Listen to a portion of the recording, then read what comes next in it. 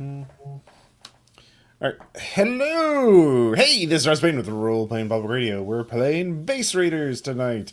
And this is for the Role Playing Public Radio Patreon. As we have three great players here tonight. Maybe a fourth one will show up. We'll see. Who are patrons of my Patreon. But they are here to go on the expedition to the giant robot graveyard. A plot element I created one of my actual play podcasts, and I just like it. I just think it's neat. So we'll just go ahead and introduce characters first. So starting on my screen on the top right, Corvid 19, played by Squirrel. Please tell us about Corvid number 19. Corvid number 19 is a ex-zombie slave of a necromancer who disappeared during Ragnarok, found himself with sentience, and has been helping out in the underground since then. He's got two crows so basically he's a zombie in a poorly made raven costume. The necromancer he worked for was kind of into these themed units. That's where he got his name. He's got a big number 19 on his back.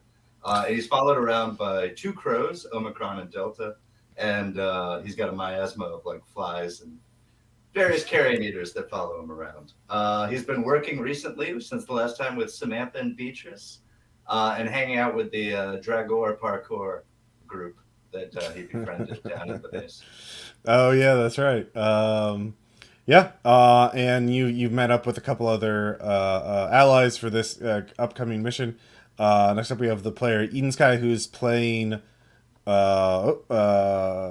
Professor White from Boiling Point. Do you want to refresh the other players, who Professor White is? Yeah, hey, I'm Eden Sky. Apologies to Caleb, but Professor White is a former, he's a black market dealer, and he's a former addict of super soldier drugs. Now he has gone full base raider to be able to supply himself for those black market deals, because he hasn't figured out a way to make them himself, so he has to go into bases and find all the drugs and all the other things. So he's coming out tonight to check out the mechas. All right. Very good. And then we have, of course, Ryan, who is playing Empanada, or... No, Ryan and Empanada. Ryan and Empanada, sorry. Yes. Yeah. Please tell us about them. So Ryan was a superhero blogger who was very fond of superheroes, and then they all left, and the blogging dried up. Also, I guess 2015 happened. He then sort of became a proto-base raider hunting, and succeeded and got infected himself with liquid metal nanobot thingies, and AI overwrote some of his brain with itself. But he got a capybara out of it. So now Ryan was kind of drifting aimlessly, but now he has a goal of convincing an ideal medical robot to let him copy it many, many, many times and just mass produce them. So that's pretty much where he's sitting. He can change his form, though he is limited by his skeleton having to keep his skeleton in the same shape and all that good stuff. And he has an AI that he hallucinates. Yeah. And he comes with a what do you call? He's got a capybara who is also covered in liquid metal, and they communicate. And I just realized I forgot to send you the character thing, but I spent another refresh on that. Okay. Yeah, if you just want to post it to the Discord, I can take a look at it. Because first off, I have to explain the situation. What the current... basically, this is a job no one has asked you to do, but all three of you, all of you have come together to agree this would be really good for all of us if we did this. So the recently a new technological artifact has shown up in the black market, the bazaar, and the underground has secured it, and you have all helped either acquire it, or you've been basically realize what this is. This is a part of this device is a transmitter. Well, a teleporting beacon, and it was broken, but you've repaired it, or you've had it repaired, and it was part of the Accelerate Phoenix. Accelerate Phoenix was a mecha that was active in the 1980s or 70s. What did I write? In the 1970s, built in 1974, a skyscraper-sized robot. A team of young heroes piloted Accelerate Phoenix to fight kaiju spawned from pollution in a mad scientist's experiments. The team defeated 5 kaiju and lost to a 6th. The hero survived the battle and managed to stop the scientist, though. The 6th kaiju died a few months later, succumbing to wounds it suffered in battle. With the threat over, Accelerate Phoenix was scrapped and unknown to the public, sent into the giant robot graveyard. But apparently some of the wreckage was not recovered and was found in a base recently. And this beacon will teleport anyone. You've rigged it to basically teleport anyone within sort of like a 4-meter radius to the receiving module, the transmitter, which is part of Accelerate Phoenix, which is still online according to the beacon. And you can teleport back. You can, as long as the beacon works and someone's able to operate the beacon, they can teleport back and forth.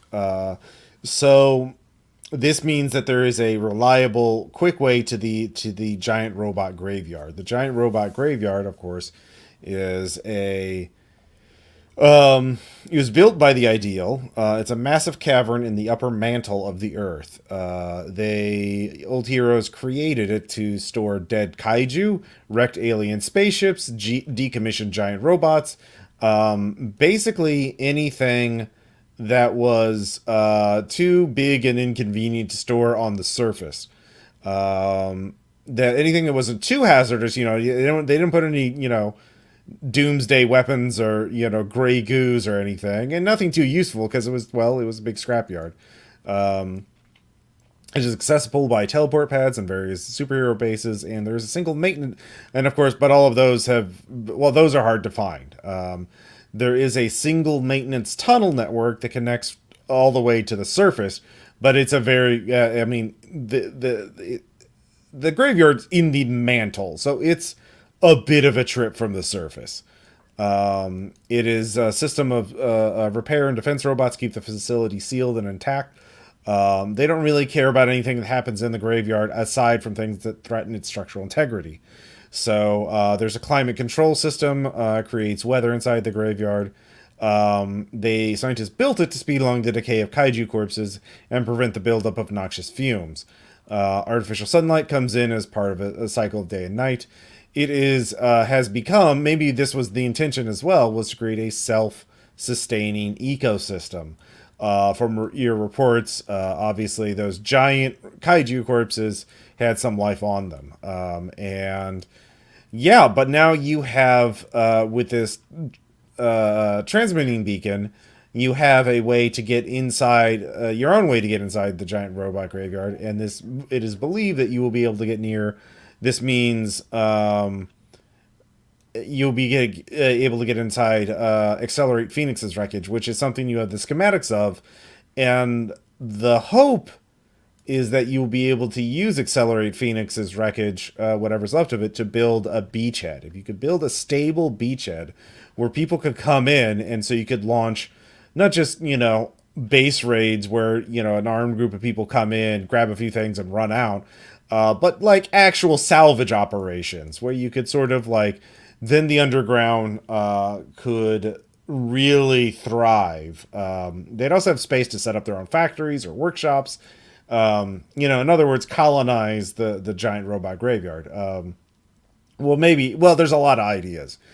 Certainly, if you want to build a lot of medical robots, you're going to need a space to do it. And the giant robot graveyard sounds like. I mean, the cops aren't aware of it. There aren't any EPSA agents there. So all of you decided that like you need to go down there and check it out, and hopefully secure your own base. But we also have a fourth player joining us, Grey Walker. How you doing? Hello, everybody. How's it going? Yeah, going well.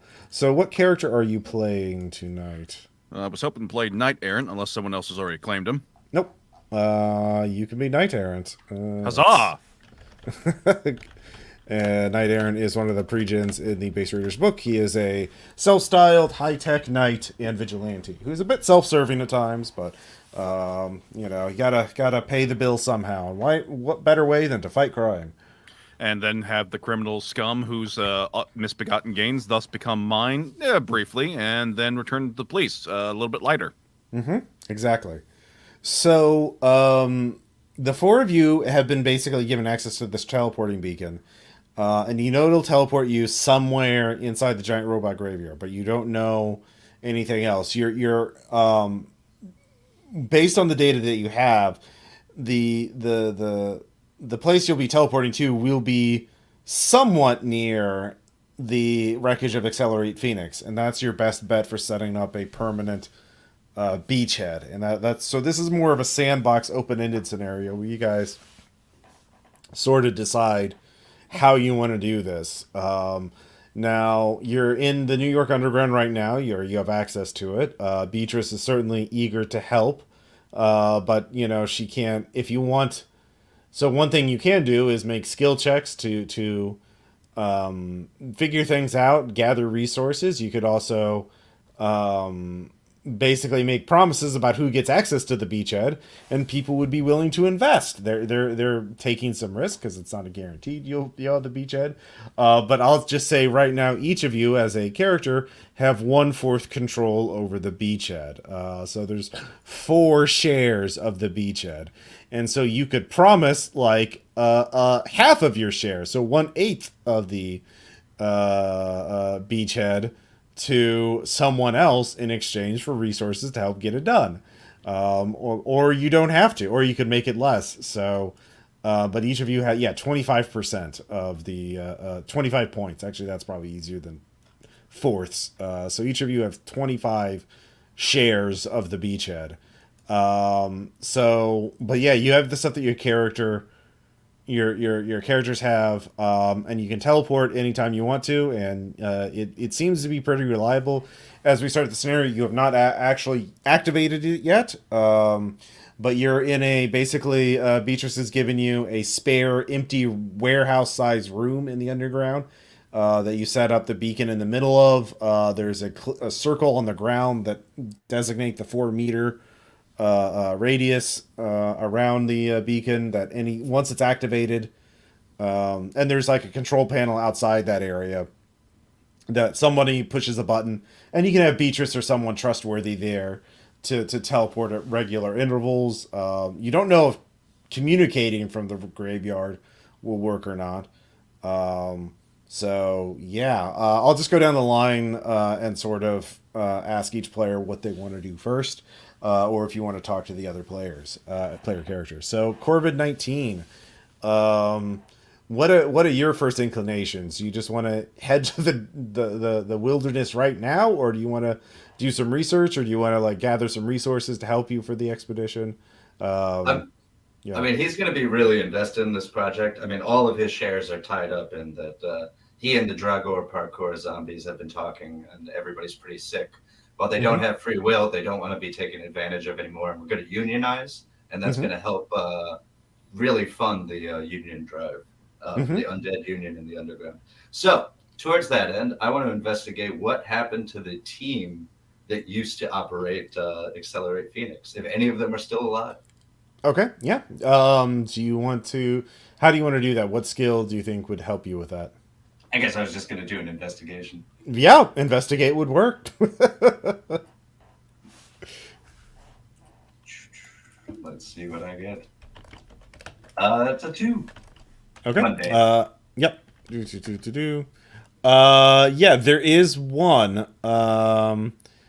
Wade Sims. He was one of the pilots. He is still alive,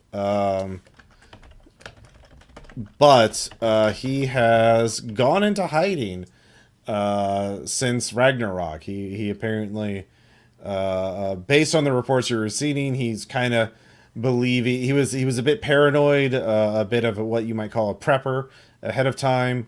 So he's gone to he used to do convention circuits, signing autographs and releasing merch based on nostalgia for, there were like about 2 years when Accelerate Phoenix was really popular with kids and teenagers in America. There were T-shirts, there was a Hanna-Barbera cartoon, but yeah, after the robot, blew up in that last battle, and the mad scientist was stopped, that it quickly faded away. But Wade Sims coasted on that for a while, but when Ragnarok happened, he disappeared. So you'd have to track him down. Got it. Ryan, you and your capybara there have always been pretty charming. If we can hunt this guy down, maybe you should talk to him. I'm not great with people. Yeah, I can talk to him. I think I wrote about him before. It'll be no problem. Okay. Yeah. So Ryan, you can give me a if you have something with networking, or if you want to hack some databases. How do you propose finding Wade? Let's see. So I'm not on my computer today. I'm on a tablet, hiding at work. Okay. So I can't seem to access the DiceBot channel, but I can roll for you. thank you. Let's see. I have information and research on the Muse of Progress. Okay. What's the bonus? Yeah. +3 superhuman. Okay. Yeah, you rolled a 0, so that's +3 superhuman, which is more than enough to find out that he still posts on a Discord. He still posts on some social media. Well, some of those minor social media channels that are started for people who want to believe in, well, let's say fringe beliefs. Not even like conventional, like not exactly flat earthers, but Ragnarok truthers. But you find him. He is in a isolated area in rural Minnesota. But he does have internet access, and you could basically, somebody with good social skills could get him to reveal information over the phone. If you can think of a reason why he would want to help you. But he is not going to just give information about that for free.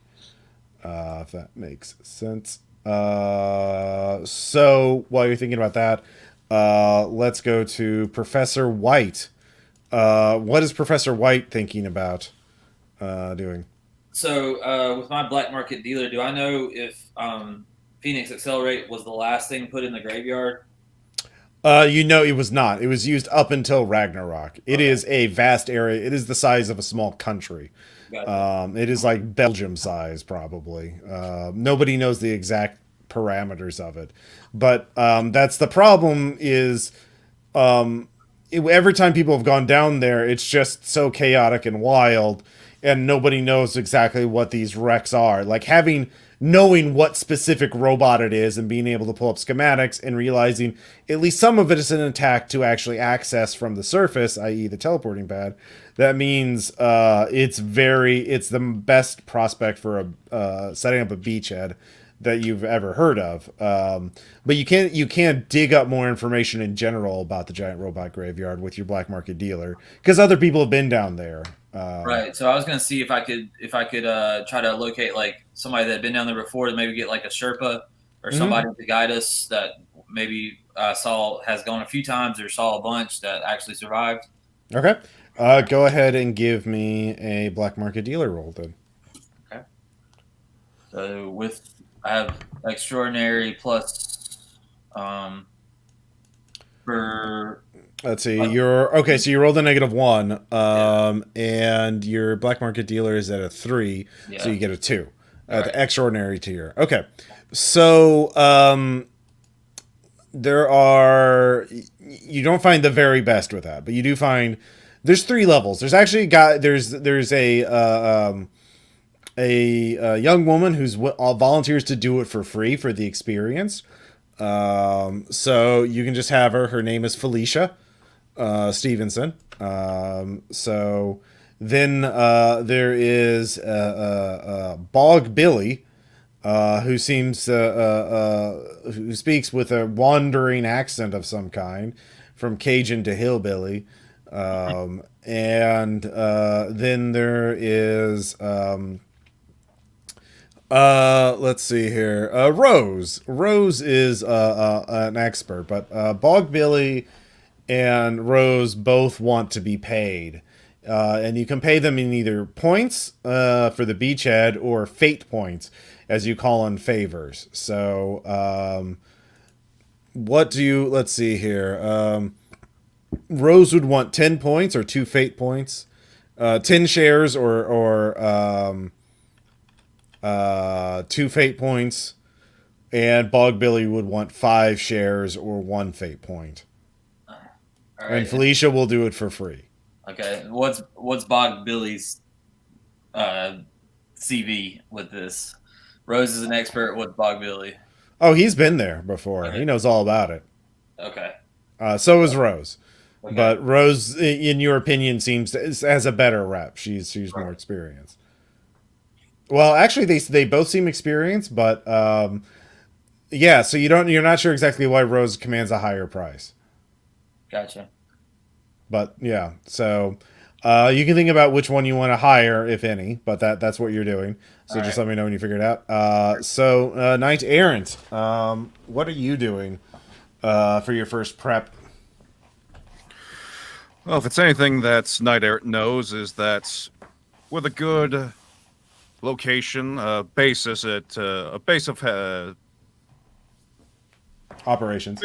base of operations. Thank you. Yeah.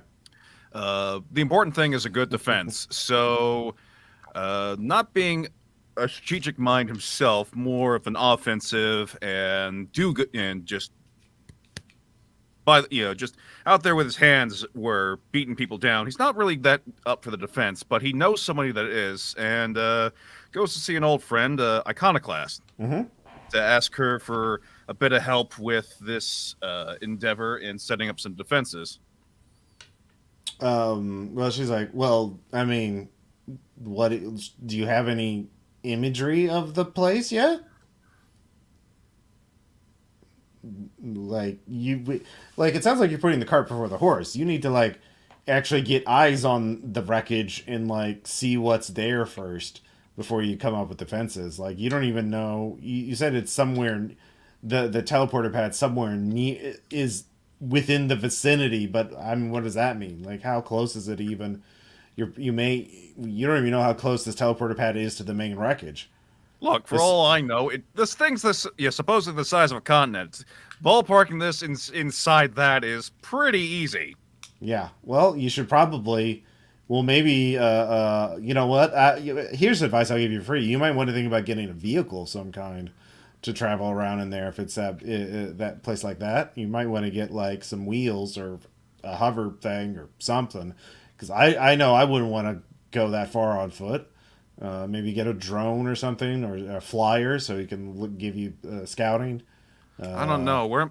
I don't know where am I going to find an IT worker at this time of day. What drone? Come on! Come on! All right, I'll give you a fate point for that. That I will not give you. I will take away fate points if you make more jokes that bad. Hey, no. I'll keep that in mind. Yeah. So for free, I'll tell you that. But if you want, like, I can cook you up some specialty, trauma healing drugs or temporary performance enhancing stuff. Whoa. Respect, but all natural right here. Suits external, but all natural inside this suit. Okay. Okay, well, but yeah, not all natural, so I'll take whatever. Yeah, well, like that'll cost you. So now I'm willing to speculate though. I'll take some shares in for some like what was it? What did I call that? Boost patches. Yeah, I have some boost patches you can get. Give you at least the trauma healing ones. Yeah, that's I have no Trauma problem with. patches. Yeah. Yeah, all right, no problem. Yeah. So what do you, again? Fate points or shares. Shares. Okay. I'll give you. I'll give you 2 trauma patches for 5 shares. Deal. Okay. Do. All right.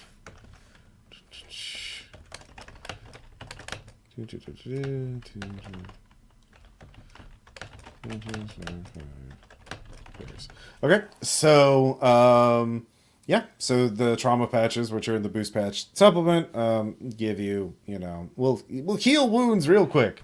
So yeah, all right, so everyone's caught up. Squirrel and Ryan and Panada were still thinking about how to deal with Wade. Have either of you come up with an idea for getting Wade to you know reveal some secrets about Accelerate Phoenix? Oh, excuse me. Need to step away for a phone call. Be right back. Okay. All right. Ryan. The old standby, I will pretend to be a journalist from some source he probably knows about, Okay. and then I'll just offer to pay him for an interview.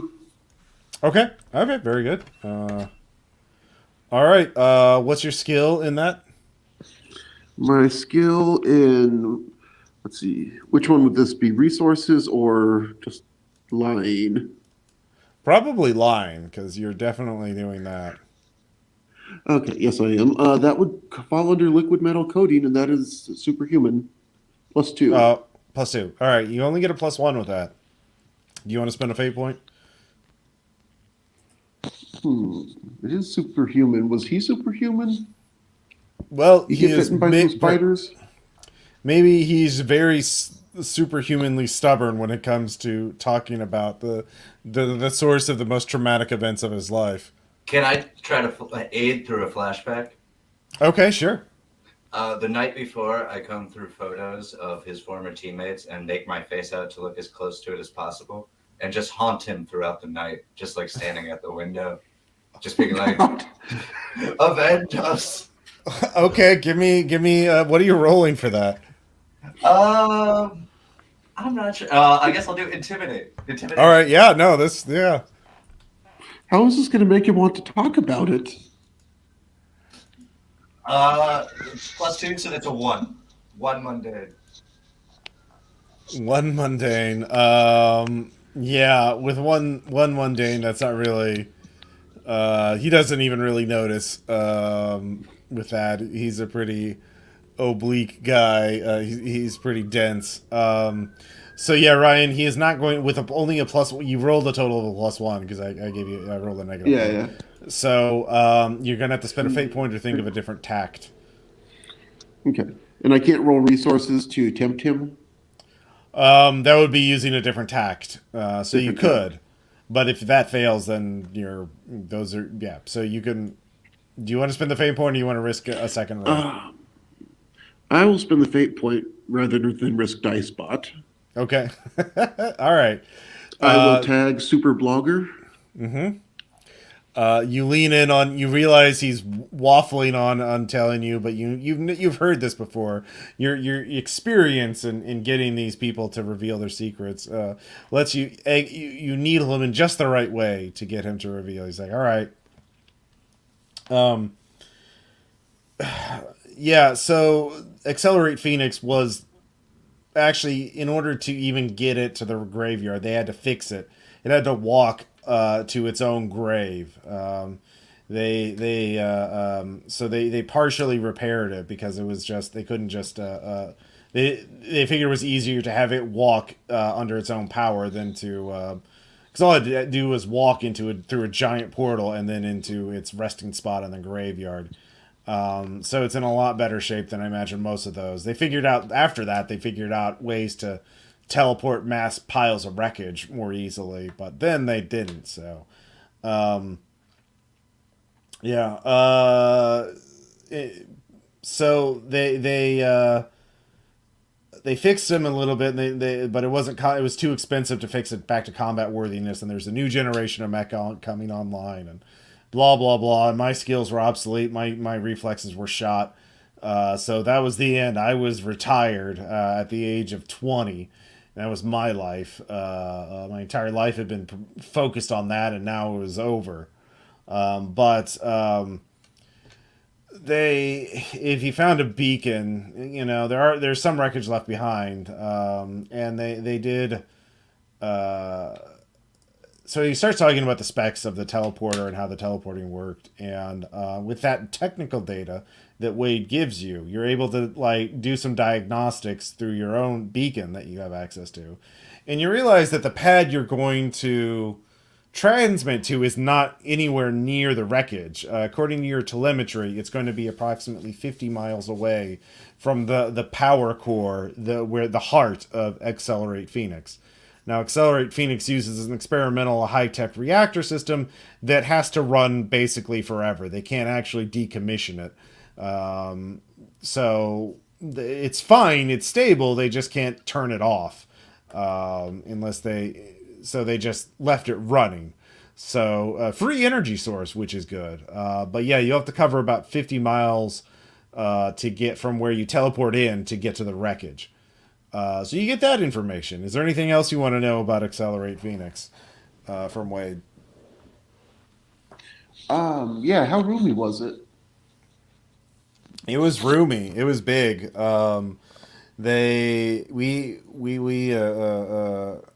know, there's one mission where we had to there's this village on this small island where the volcano blew up, and we evacuated like 80 people in Accelerate Phoenix. It was maybe it was like 100. It was a lot of people, but we got them all out. It was really crowded, but we got them all out. So yeah, you get a lot of. It's pretty roomy in there. Built with alien technology, I'm told, but they decided it was obsolete by 1976. But then they stopped building giant robots after the mid '80s entirely. Too distracting. Too much of an eyesore for the powers that be, I guess. Yeah. Okay. And what was it like inside? So I'm kind of gonna just fishing for details on that too. Okay, he gives you sort of an overview. I'll give you aspect inside Accelerate Phoenix. So inside know-how. Inside robot. Inside robot. So you have an aspect you can activate once for free +2 whenever dealing with anything in the interior of Accelerate Phoenix. Mm-hmm. So, but that's about after this is like a 3-hour conversation. It's pretty exhausting in detail. He tells you, if you want, I can give you. I'm eager to see it again. If you need money, or I've got some supplies and stuff, I'd be willing to donate for the cause if I could just see it again. So he just basically wants 1 share, which would give him the right to visit it, in exchange for, well, what do you want? He's not super rich, but he's got supplies and he's got some other stuff. But yeah, at this point, all of you've sort of synchronized back up, info dump on each other. And yeah, 50 miles on foot would suck. So you're going to need some way to travel fast. All right. So when I'm interviewing Bog, Billy, and Rose, can I ask you, both of them, if they have access to a car or something that will go through the waste? Yeah, both of them say they can get vehicles. Bog Billy says he found a what do you call those things?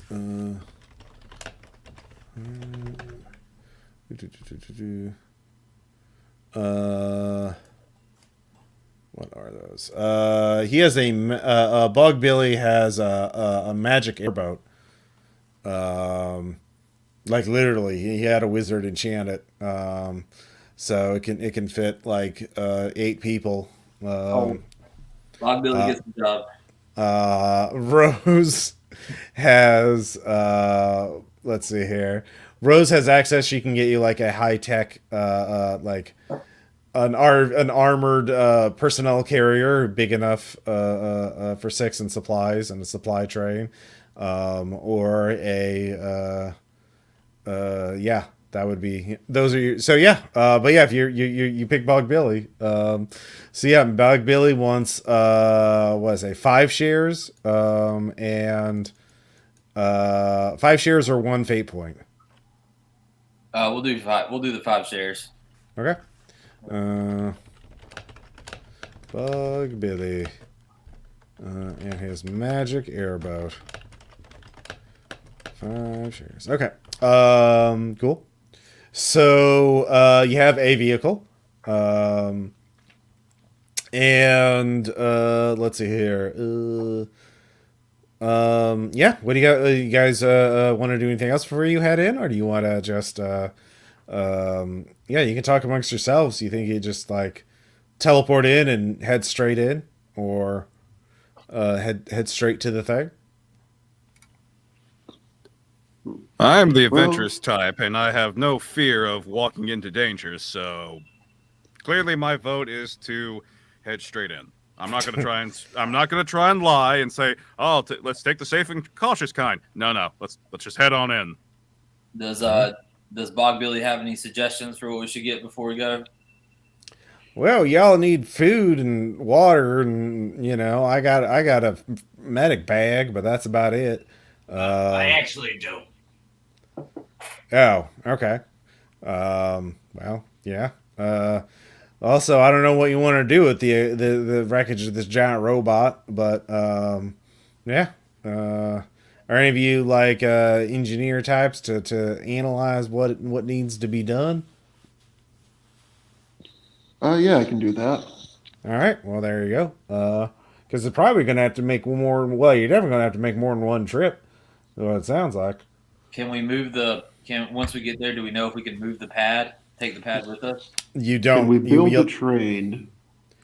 You can build a train. You will have to analyze the teleporting pad. You once you get a giant robot graveyard, you can't analyze it from out here. You have to go there to actually look at it. So yeah. I think I could borrow a dolly from the Black Dolphin. That should help. Wait, borrow what from the Black Dolphin?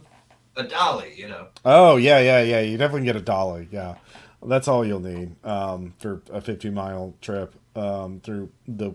Well, you don't know what the terrain's like. Yeah. So, yeah, it sounds like everybody's ready to go then, right?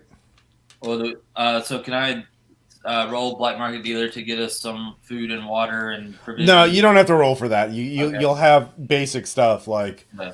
Now you can get fate points by if actually I'll give every character for free. You can have basic supplies, so you won't starve or go thirsty unless something happens to your supplies, which are going to be loaded on the magic airboat, obviously.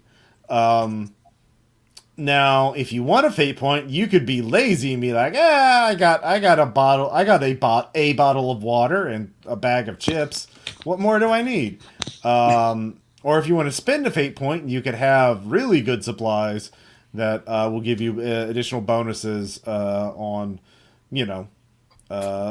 relevant survival checks. Well, I happened to get a spare fate point earlier, so I'll do that. Okay.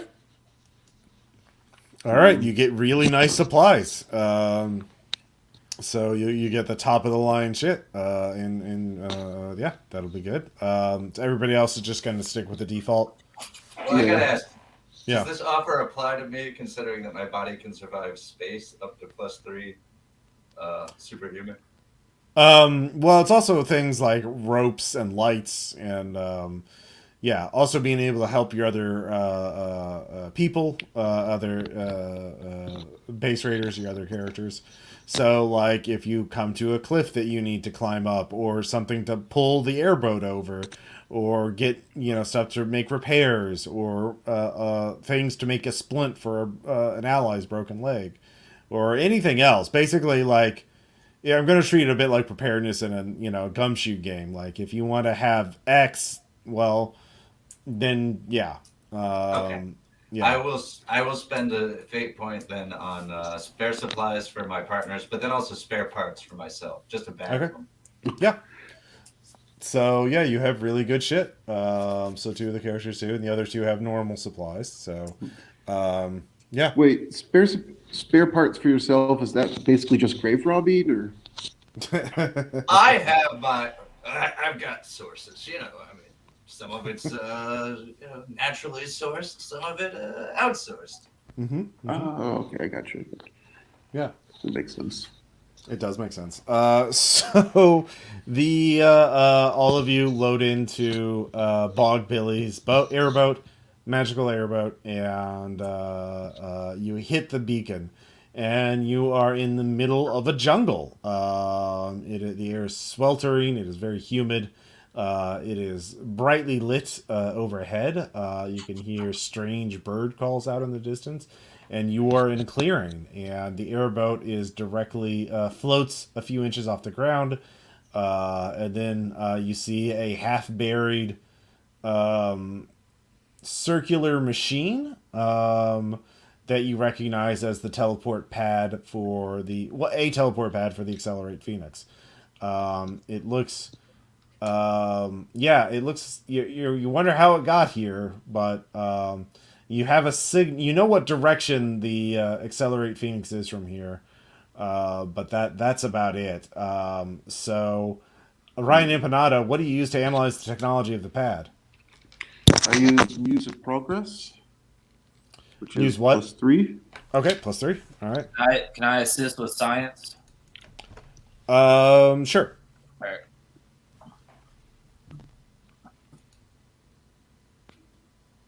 All right. I got 3. Okay. But I got +2 on science, or +3 on science. All right. So between the two of you, so you sit down and start analyzing the machine and checking it out. You realize it is stable. It is somehow wired into it is receiving power wires. It is linked to the reactor. And so but it is delicate though. If you want to, you cannot teleport or dimensionally shift or anything like that for this teleporting pad. It used to be able to do that, but it is partially damaged and it is too complex for you to fix that. So if you want to move it, you have to physically move it, and in order to physically move it, to keep it intact, you'll have to build a custom container to keep it stable, an armored carrier. So, because if even if digging this out of the dirt would be difficult, it is very fragile right now. So, you'll have to build some sort of carrying device, and then move Like it a along. train network. You could build a train network. And then load it onto the train. So yeah, but yeah, the Accelerate Phoenix is out of sight because there's dense foliage between. Well, and again, it is 50 miles away. You don't know if somebody had. None of you can fly, can they? I can't. Okay. My ravens Nope. can. Oh yeah, do you have any like alertness things through your radar? I do. I was going to ask if I could make an alertness as we arrive, just because. Okay. Yeah, go ahead.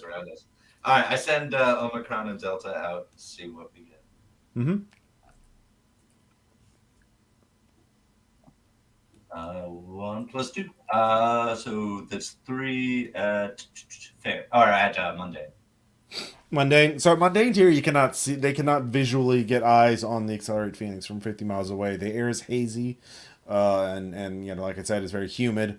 So how far away you can see things is maybe like 10 miles, not 50. If the air was drier, you'd probably be able. If there's less humidity, you'd probably be able to see farther. But they can see a large river or pool, a body of water, but the color of the water is a bright, unnatural green and bubbly. So you're guessing it's like some sort of pool of spent toxic waste or fetid kaiju blood or something unpleasant. That's directly between you and the but directly between you and the Accelerate Phoenix. So you'd either have to navigate around or go over it. Now the airboat probably could. Well, I mean, it is an airboat, but you don't know how sturdy it is or what that liquid is, so you don't know how it would interact with that. All right, Bog Billy, time to earn your keep. Do you know where we are? Do you know about this bog that we're about to have to go over? No, well, when we get closer, it seems like it's a bit. Yeah, it's when we get closer, I can check it out. But yeah, this airboat ain't acid proof. If it's acid, we can't. We'd have to go around or build a bridge or something. Yeah, it ain't good for acid. But if it's just poisonous, then it's fine. But like acid, no. So, yeah. The four of you, or five of you, including Bog Billy, can pile in and start heading to the Phoenix, or you could stay here and start digging out the module and setting up the train network. So do you want to like go slow and steady and slowly build your way all the way to the Phoenix? Or do you want to... Now, if you build a container for the teleporting pad, you could put it on the airboat. It would be pretty loaded, pretty awkward, but it can carry that kind of load. Can we teleport back right now, or is that... Yeah, you can teleport back. Yeah, you're right at the teleport pad. You have to be at the teleport pad to go back home, though. Okay, I got you. So, yeah. So the biggest challenge you realize is getting this pad all the way to the wreckage, because otherwise people have to go 50 miles to get to the fucking beachhead, which is not going to be a good idea. So, well, if we can figure out a way to build that now, so we only have to make the one trip there, yeah, that would be the most profitable. Okay. Going there and trying to figure out something, and then coming back and all that. Mm-hmm. Okay. So yeah, is there anything else you want to do before you teleport back? Oh, counterpoint. I vote we leave it here until we know what the whole 50 miles looks like, is full of all that stuff. Well, we know there's the love canal between us and the robot, at least. We could find a way across that. Yeah. Yeah. You could do that. Okay. So what so why don't we just take this to a vote? Corbett-19, what do you vote for? I mean, I'll do whichever. If they want to go back, I don't know what supplies we need. I'm happy to just also sit at the teleporter until you guys are ready. Well, I mean, that's the thing is like they want to, you can I mean, going back and building the thing won't take long in real time. You just make a few checks. So yeah. I'll stand guard at the teleporter. Okay. All right. So Professor, let's see. So Ryan Empanada, what do you want to do? I vote we head towards Accelerate Phoenix now, and we see what's going on. We see what's around, what we're going to need to, defend the teleport pad from on the way there for our next trip. Okay. All right. Professor, well, Knight Errant wants to go adventure, obviously. Yeah. And Hey! That's fine. They What make are you guys doing back there? Come on! Hey! all right. They make compelling points. Let's figure out what's up with at least the bog or the. All right. I guess one question. Can I make an investigation check just to see is there anything that's been around this teleporter other than the local flora? That would not really be investigation. It would be more like, is there a survival skill in this? I can't remember. Common skills.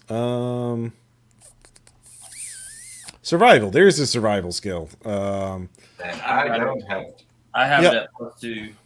Yep, you can give me a survival check because this is literally a wild environment. All right. It's a 3 + 2 it's a fair skill. Okay. Yeah. So, yeah, there is definitely wildlife in this area. The footprints are actually quite different than anything you've seen before. But based on they're not hooves, they're you see claws in these footprints. So you're guessing predatory creatures wandering about. You also so yeah, so you do know that there's a predatory carnivorous life in the environment. You don't know how old. You think these tracks are kind of old. There's a light dusting of spores on them, which means some time has gone between when they set down and when you looked at them. So yeah, but yeah. So you all head on to the Love Canal, to the Green Lake. It is green ooze. Who wants to go near it to analyze what the fuck it is, what it does? I will. I got science.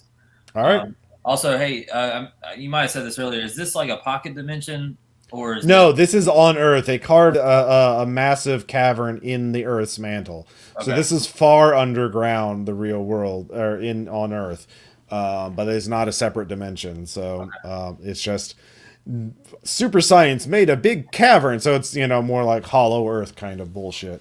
right? Only with and kaiju parasites instead of dinosaurs. Yeah. so who knows what kaiju blood and decomposition could have wrought? So, Yep. Mm-hmm. All right. That I'm at 0 with that, or no, Okay. at 1 with that. All right. Yeah, it's definitely toxic. You think it's radioactive to a degree. It's hard to tell exactly though with a 1. You don't know if it's corrosive or not. All right. Can I throw something in it and see what happens? Yeah, it just kind of sinks. It could be a weak corrosive. It's not going to immediately. It's not a super. If it is corrosive, it is not a very strong corrosive. But of course, the surface area of the airboat, it is quite flat and wide on the bottom. So if it's near that corrosive, it could still eat away at the bottom hull. It's not especially. It's just a airboat that has been magically enchanted. It's not like you're not made for superhuman shit like this. Okay. So yeah. And, Professor, I can give you a hand if you want to see how quickly it melts. yeah, let's try that. Or your ravens can try to find us a way around. All right, so I hand him one of my extra hands out of my bag. All right. You sure? Yeah, I got a bunch. Okay. I stick the extra hand in the love. Whatever. Okay. You lean over, you do that, and you look back, and you can see it is slightly melted. It is definitely corrosive. So, yeah, it would probably be bad if the airboat went directly over it without some additional protection or something. So Corbin 19, you can give me a Raven check. All right, I can do that.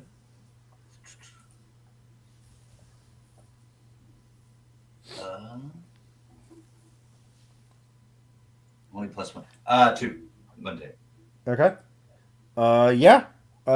You can see a place where there is a bit of metal wreckage, flat like some sort of armor plate from something, over the river that would act as a bridge. Oh, the Omicron and Delta are telling me there's a metal plating down that way. Let's give it a shot then. All right. So Billy, take us away. you go over that. It is quite a ways off, so you have to swing quite wide. And by this point, it's starting to get dark. As you're heading into dense jungle foliage, mutated jungle foliage. In fact, while the plants do seem superficially similar to Earth's, they are... Well, some of them look like Earth plants or jungles. I don't know how much any of your characters have been in jungles, but some of it does look quite alien. So the question is, do you stop now while you're near for the night, or are you going to press on through the night? Because there's a day and night cycle in this place. So yeah, are you going to press on, or are you going to make camp? Billy, you know anything about the life cycle of the predators here? Night, the worst time to be out. Well, we don't know the territory, so that's usually kind of bad to be going through. And with an airboat, it's pretty loud. We're not going to hear anything, and they're going to hear us. You can bet that a lot of things are. Of course, if we stop now, anything following us that hurt us might be able to. I was kind of hoping this would be more open terrain. We could just power through and take shelter in the wreckage. Kind of hoping there wouldn't be this much, forest between us and the thing. It's kind of a bad spot to be in now that when you ask me about it, it's like, well, yeah, we can wait the night and hope nothing wants to take it, sneak up on us and try and, drag one of us away. Or we can blunder through there and hope we don't run into anything too lethal in the dark. Because we can't go too fast because, it's going to be hard to navigate around all those trees. So, yeah. So, you're the guys paying me.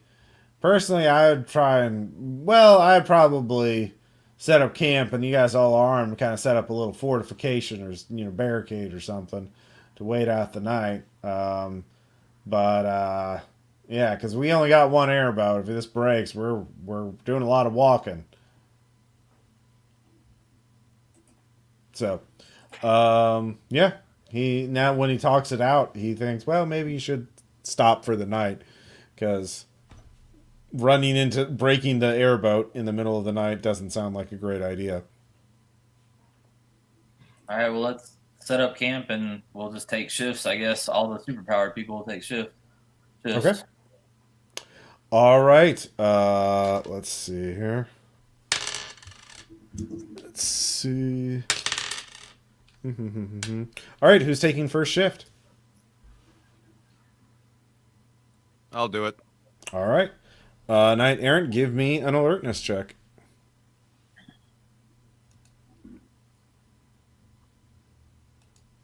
Joke's on him. I don't even sleep, but I just don't like him very much. He's so pompous.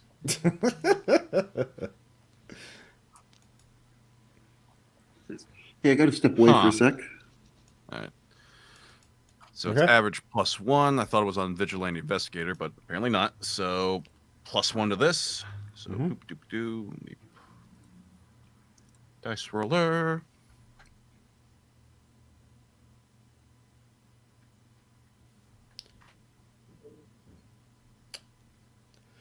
That'll be so that's gonna be 0. Mm-hmm. You know what? I got 5 refresh, so I'll spend a fate point and make that a +2. Okay. Let's see if that's enough. That is not enough because they rolled the 4. Well, yeah. Can I spend another fate point to? You said a 4? Mm-hmm. Crap. Then I'd have to spend a lot of fate points to try and match that one. Yep. It's like it's a stealthy creature and it rolled well. Yeah, because if I spend one more fate point, I can match it, but that won't let me see it, will it? Or I have to beat it, right? Not match. I would say defenders win ties. So you would notice it if you tied. All right, then I will spend another fate point for solving crimes the police cannot, and by them not solving things, I can observe things better. All right. Because I put down the face shield and activate my scanners. Ha ha! All right. A multi-eyed, predatory, cat-shaped, tiger-sized, scaly thing with a lot of those are a lot of teeth, and those are really big claws. The eyes blink in like a wave. They don't blink all at once. They just blink, and the irises all focus in on you. It was sneaking up on you, and it is going to pounce at you. So let's see what its attack is. That is going to be 3 superhuman. So go ahead and give me something to parry or absorb the damage. Haha. Yes, yeah. My alien energy sword of unknown origins has parry unusual. All right, well, give me a parry check. You need to beat a 3 superhuman. He'll have weapon 1 if he gets at least 1 point through. Right, and my weapon is superhuman as well. But it's a +3 to this. Mm-hmm. So So 1. All right, 1 to stress or health. Let's see here. So you got a total of 1 to reduce its roll to a 2. Yes, weapon 3, so it's 3 stress. That's superhuman tier before armor. I have protective 2, so that should take me just down to 1. All right. So you were knocked back as the creature realizes you are heavily armored. It doesn't like that. It roars. The rest, Corvid, of course, being undead, is Corvid, you were probably zoning out or not really paying attention, so you're also surprised. But yeah, Professor White and Ryan Empanada. Well, Professor White and Ryan Empanada were trying to sleep along with Bog Billy. So yeah, it rears back. The creature rears back, and it's going to run, Knight Errant. But what are you going to do? Are you going to attack it as it runs, or let it go, or as it pounces me, I just go, "God damn saber teeth cats!" Ah! All right. So yeah, I will. Yeah, I will. That's as it took me down, but as it's fleeing, I'm going to focus the alien energy sword of unknown origins into a shooting blast. Okay, go ahead and shoot it. And that'll be 4. So All right. Human. Yep. Let's see here. Yeah, you strike it as it turns, as it realized it underestimated you, and your blast goes through it, and it falls to the ground, quite still. So Ha! Take that! Oh, I was going to use a derogatory term to describe a female dog, but I don't know what the reparation for a cat is. Anyone? Anyone? Let's just be happy it's dead. I can agree with that. all right. Very good. So, yeah. All of you see the dead creature, the tiger-sized thing. Kaiju, parasite descended predator. You're not sure exactly what. Yeah. If does anyone want to do anything, or you just want to let's just keep sitting the night out. I'll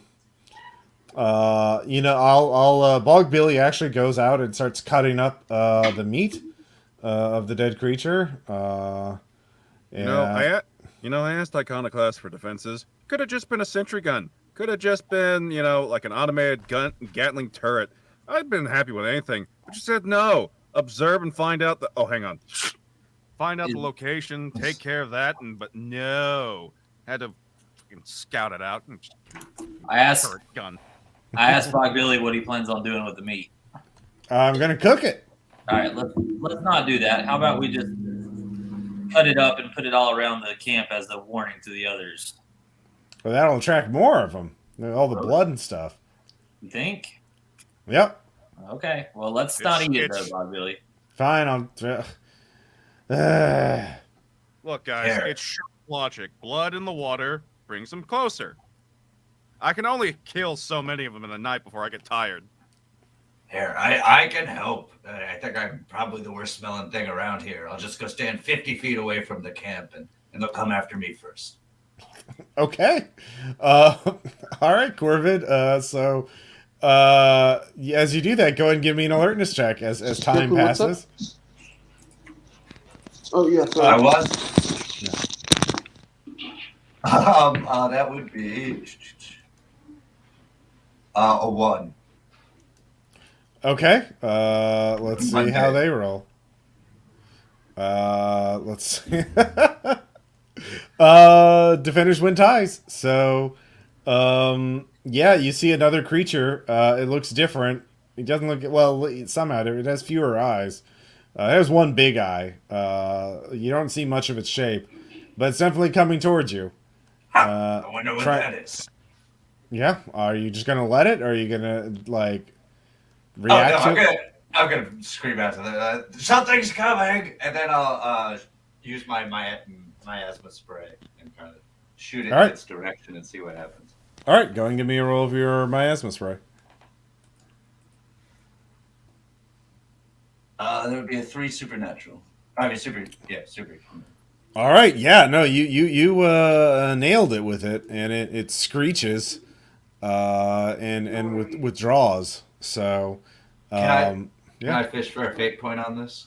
how so? I don't have control of the swarm, so it takes on a bunch of local insects and predators, and ongoing, I'll take like a -1 on things, as I have to deal with a new type of carrion eater feasting on my body. Um, okay, yeah, yeah, I'll give you that the negative aspect. New hosts. So yeah, you'll get a fate point for that, and I'll invoke that when it's funny. Um, so the let's see here. All right. But with that, the predators seem to withdraw for the night. And the morning comes, and it is a very short sunrise to the sun being right overhead. Um, but you're still in dense foliage, so it's still somewhat cool. As you begin going through the forest. So Bog Billy is doing his best to navigate. Let's see here. Who is? Let's see here. I guess everyone can give me an alertness check of some kind. Hey, That's I got a plus that's a 3 fair for me. 3 average for me. A 3. 3, Uh, 3 okay. Mondays I have for me, alertness too. at +1. Okay, I'll give you a Come roll. on, 3. Come on, we need a third. We need a fourth 3. No, just a 2. Damn. But between all of you, you're able to basically notice that up ahead, the direction the Bogbill is going, the air, you're going through a dense section. You're in a dense jungle / forest right now, but the area up ahead, the foliage looks different. The trees look more barren. There's less of a canopy, and there's like a dense green mist coming up ahead, like a different shade of green, but like yeah, like a weird yellowish green, like mist in the air up ahead. Is it still the middle of the night? No, it's the day, and Okay. you've continued on your path. All right. Yeah. So this is you traveling on the airboat towards the Accelerate Phoenix. All right. Can we get some raven to see how large it is? I mean, Yeah. we can try. Well, I mean, yeah, I can check if you guys want. Somehow Okay. I know that this robot graveyard is in northern Jersey. That's a what? Mundane. Well, just mundane to you then. Yeah. Okay. They can't really tell. I mean, it's a mist, and they're looking at it from the sky. So, yeah, Oh, and -1, so it's a 0 Monday. yeah. So they can't really tell. Can we tell how far we've gone so far? You've gone at least 30 miles at this point. Okay. Can I get another hand, Corbin? I mean, the Corvette made his check for the birds. So if you want to figure, to get a hand from him, like another hand to throw into the mist. Well, you're pretty far from the mist right now. How close do you want to get to the mist is really. I mean, Omega and Delta will do a lot, I tell them, but they're not going to fly into that. That looks pretty accurate. Mm-hmm. So, people with the good supplies, I would say because you got good supplies, you could have each. Since there's two of you, you could each had packed a high quality gas mask.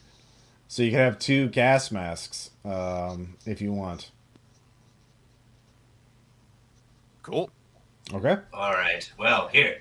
I'm going to give my gas mask to Ryan. Okay. Oh, thank you. Thank you. And a little one to Empanada. And then I'm going to send Omicron and Delta off to go fly around the mist. Yeah, they can't really tell how far the mist is from the sky. So, at Okay, least. just hide inside my ribcage. Yeah. Okay. I mean, they can fly over it. That's fine. They just can't tell you its Oh, perimeter. yeah. No, I just didn't want them to get hurt, and I was just trying to eliminate that from Yeah. Well, they can fly over you. They can stay Yeah. in the sky above you. So, they'll just do that. Because that means they won't be in the mist. It doesn't seem to extend beyond the canopy. It's not in the sky, so it's a dense mist. So Ryan and Empanada have gas masks. There's one other gas mask, either for Knight Errant or Professor White, I guess. I have a peak performer survival at superhuman, so I can brave it if Knight Aaron doesn't want to, and we'll just see what happens. Oh, Bogbelly has his own gas mask, by the way. Oh, thanks, Buster. Okay. I mean, I can help with exploring the area. I'm pretty good at looking around, so if anyone else is better than that, I've got an extra.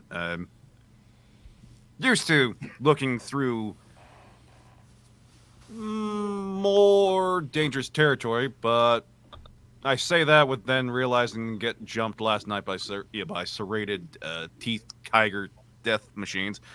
I'm fine with going in. Okay. So Knight Errant goes in to scout, wearing a gas mask. As you go in, you can give me. What do you want to do? What skill checks do you want to make? The tree, the vegetation definitely looks different. The mist seems to leave a coating on you. Yeah.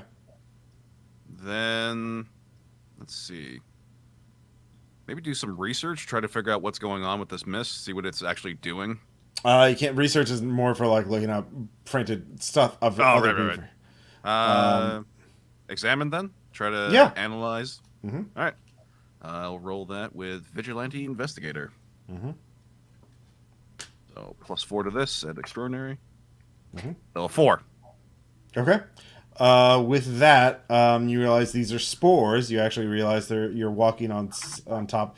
There's a strange fungal growth on a lot of these trees and vegetation, and it's spreading this spore mist all around you. And it seems to be there's sort of a ring of vegetation around it that seems to be repelling it, keeping it contained. So you can sort of follow that and try and get around it.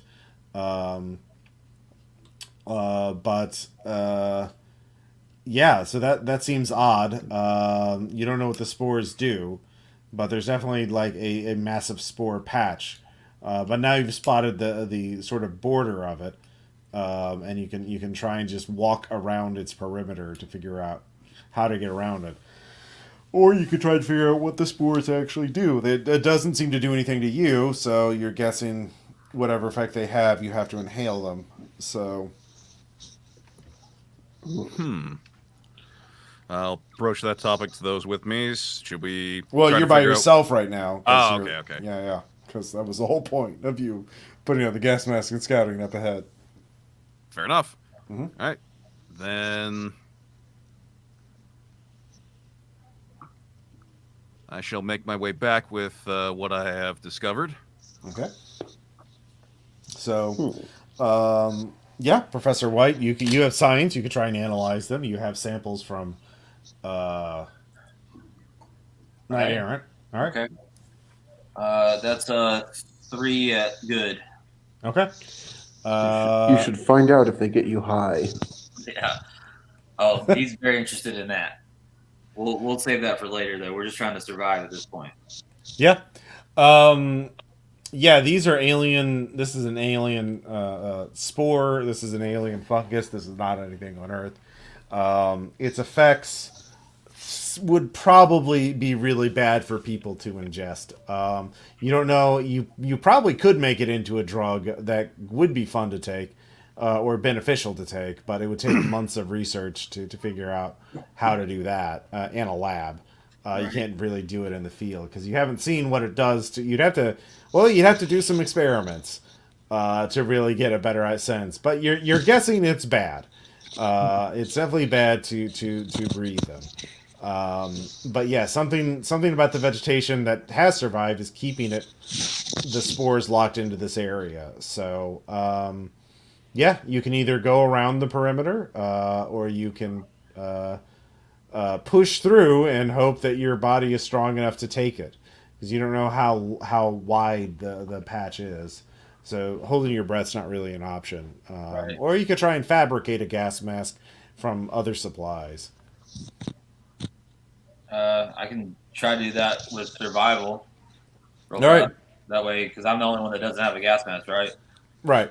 Right. Well, neither does Corvid, but Corvid doesn't breathe. So Right. Gotcha. It's helpful at times. That's a 0 at fair. So yep, you do not succeed. So I can take, if you guys want to go through, and then could they go through, and then one of them come back and bring me a gas mask, or I could just try to go around by myself. Yeah, I mean, yeah. If all of you go through, then then Corvid could come back with a spare one of the gas masks. Yeah, we're gonna fox and chicken and. Yeah. All right. Yeah. No. At least it's not frog and scorpion.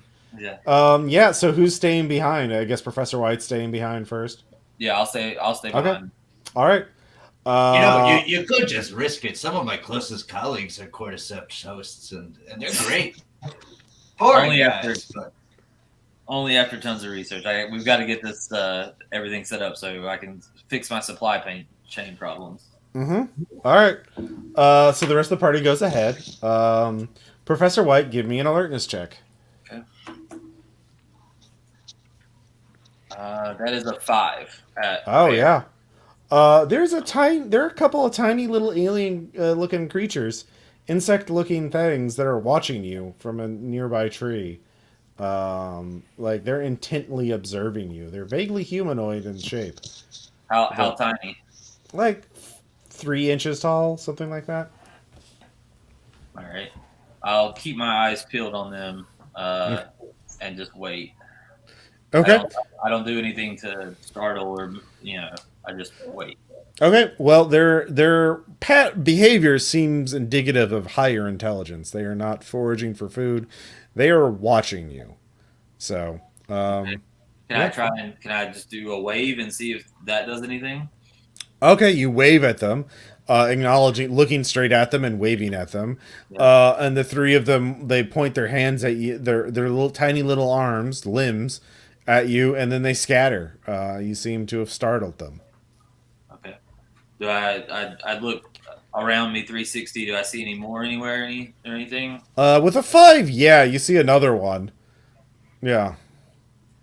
All right. I'll try the same thing again, but this time I'll kneel down and do it very slowly.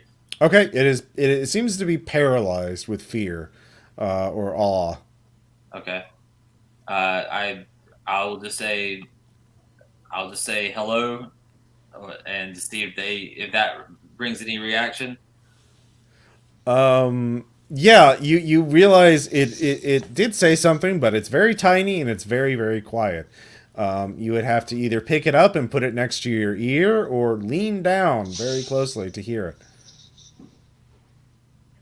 All right. All right, let's do it. Let's live dangerously. So I'll move slowly up to him and kind of just sit beside it. Okay. Yeah. It is actually speaking in English. And it's see me. What? Yes. Do not devour my soul. That's not what I'm here for. We don't devour souls. Yes, Well, you do. not all of it. I have been taught that we have been raised, we have been taught by the elders who have taught us that you are a source of evil and you must be watched. Okay. Well, my friends and I are here to do you no harm. Do you know about the huge metal thing close to here? There are many huge metal things around here. Okay. Do you know about the green mist? Yes, it is the mist of death. Oh, gotcha. What does it hurt you if you go in it? Yes, it kills you. That's why we call it the mist of death. That makes sense. How does it move? Does it stay here all the time? No, the barrier plants. We planted them in order to keep them contained. And how long have you been here? My entire life. How long is that? Do you know? It is 5 Grekmas. Gotcha. Have you seen many of my kind? No, we have not seen living devil titans.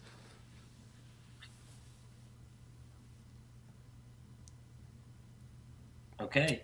So I don't know how I can convince you if you think I'm a devil titan, but I can tell you that we mean you no harm. We're just trying to get to something that we need to take some stuff from, and some of the metal things, and we will not hurt you. It is not enough to imprison our benevolent god. You must also take from this prison as well. What? You are a devil titan. To come and go as you please, plundering our meager, our relics. Who is your benevolent god? I've blessed me by speaking his name to you. It starts to run away. I mean, it's very slow for you because, he's very small. Okay, well, I don't know if we're going to get anywhere with that. So the at this point, the rest of you have made the trip. Corvid, you're on your way back. In time, you can look through the mist and see that Professor White is kneeling down, and it looks like he's talking to an invisible person or something. Hey, talking to yourself. I do that too. Could you not see what I was talking to? The gas doesn't affect me the way that it would you, so maybe it's just a side effect. Here's the gas mask. Okay. We also need to wash off as soon as tell the others to wash off as soon as we get through here. It's called the Mist of Death. It's called. Wait, did you name it that? No, I just spoke with someone from a local that they said it will kill you if you go in it. So we need to get our stuff washed off. It's a whole thing. We can't get into it now. I think we're safe from them, but who knows? But let's just keep it on. Now, I haven't been self-aware for too long, but you're telling me that there's a local here who spoke to you in a language you could understand. Yes. All right, sounds normal to me. Let's get going. All right. So all of you make your way across. You reunite. You find a conveniently placed waterfall that allows you all to clean off of normal water, and you continue on your way. And it is a hard trek, but Bog Billy is able to stay on target. And you, by the end of the day, all of you are covered in jungle sweat and filth as the airboat just pushes its way through the foliage, and all of you have been hit by so many giant leaves in the face and have had to pick off so many insects and weird things crawling around you at one point or the other. Knight Errant, you were just baking in that armor. It may be air cooled, but boy, God, it's not enough. Do I can I make another alertness to see if I see any more? Yeah, sure. It's a +2 at fair. Or 2 at fair. Not from the boat. Okay. Yeah. I didn't see any around the. I didn't see any around the waterfall or anything. Not that you could see. No. They're very hard to find. I mean, they're very small, and now they're now undoubtedly that one guy told the others. All right. So, I'll yeah. I'll ask Bog Billy if he's ever heard of. I described them to him, and I asked him if he's ever heard of any other humans or any of his other people that have been here with him ever encountering that before. Well, no, but I mean, this is a big place, and people don't talk a whole lot about what goes on here. What happens at one end could be entirely. It's hard to get a sense of like where things are in relation to each other. The place I was in was a lot more open. Like it was like a plain or a moor. The airport was great for that, not for this. And yeah, it's like not even just one ecosystem; it's a whole set of different biomes. So. Yeah, it's crazy out here. Can I as a former drug user can I spin a fate point to see if I hallucinated that or not? You don't have to roll. You did not. That was definitely it could have been an illusion, you know. Right. But like it was not you hallucinating. You know what you're like, unless you want a fate point, in which case you could doubt yourself. No, that's okay. Yeah, okay. Yeah. So that's how fate points would work. Yeah, that would be a way of doing that. But yeah, so but it is sunset by the time you lay eyes on the Accelerate Phoenix, which was also an RPPR illustrated image. So if you look on the RPPR Patreon, you can see what the wreckage looks like from a distance. You are on the edge of the giant robot graveyard. It is resting against one of the outer walls, or outer wall, more like outer mountain. It is sitting upright against a giant mountainside. There is a pool of water, like a lake, near its left leg. There is a house with a windmill built on a wooden. There's a house on it, on its right leg. Holy shit! Somebody built on it. There's some sort of small small compared to it. Spaceship mounted on its chest, which is not part of its original specs. Yeah, it is. It is there. So it is sunset now. It is getting dark soon. Bog Billy lets out a big appreciative whistle. So. Yeah. Is the house normal sized? It is like a 2-story house. You're guessing. You're looking at this from like a couple miles away, Right. and it's big enough that you can see it. So, yeah, Okay. yeah. So you can either camp out here for the night, because there's a clearing at the base of the mountain. Or you could start your delve into Accelerate Phoenix now. You could try and access one of its legs. You could try and climb up to its left arm. Looks like it's just a massive opening. Or you go into the house. Or yeah, yeah. Do we want to stake it out for a little while and see if anybody's living in that house? Mm-hmm. I mean, if you want to, I could easily go over there and knock on the door, if there is a door. Yeah, I mean, there is a door on the house.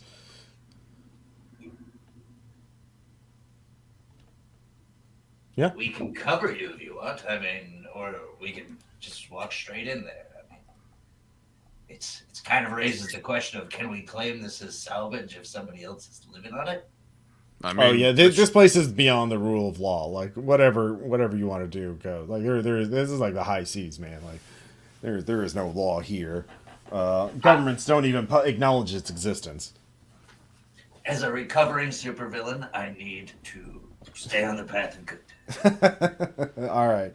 Well, then the only path is the only laws are your own moral code. And the underground. I mean, Beatrice is probably not going to be real happy if you guys start, doing really messed up stuff in there. So, Yeah. So, yeah. Bog Billy's like, yeah. I mean, we could stake it out a bit. Of course, those predators are still following us. That much I'm pretty sure of. And if Professor White's saying there's tiny little critters that are intelligent enough to talk to him in English, well, that's just odd. Yeah, so you've gotten to the outside the wreckage of the Accelerate Phoenix. If you look on RPPR Illustrated, you can see what the exterior map looks like. Yeah. Yeah.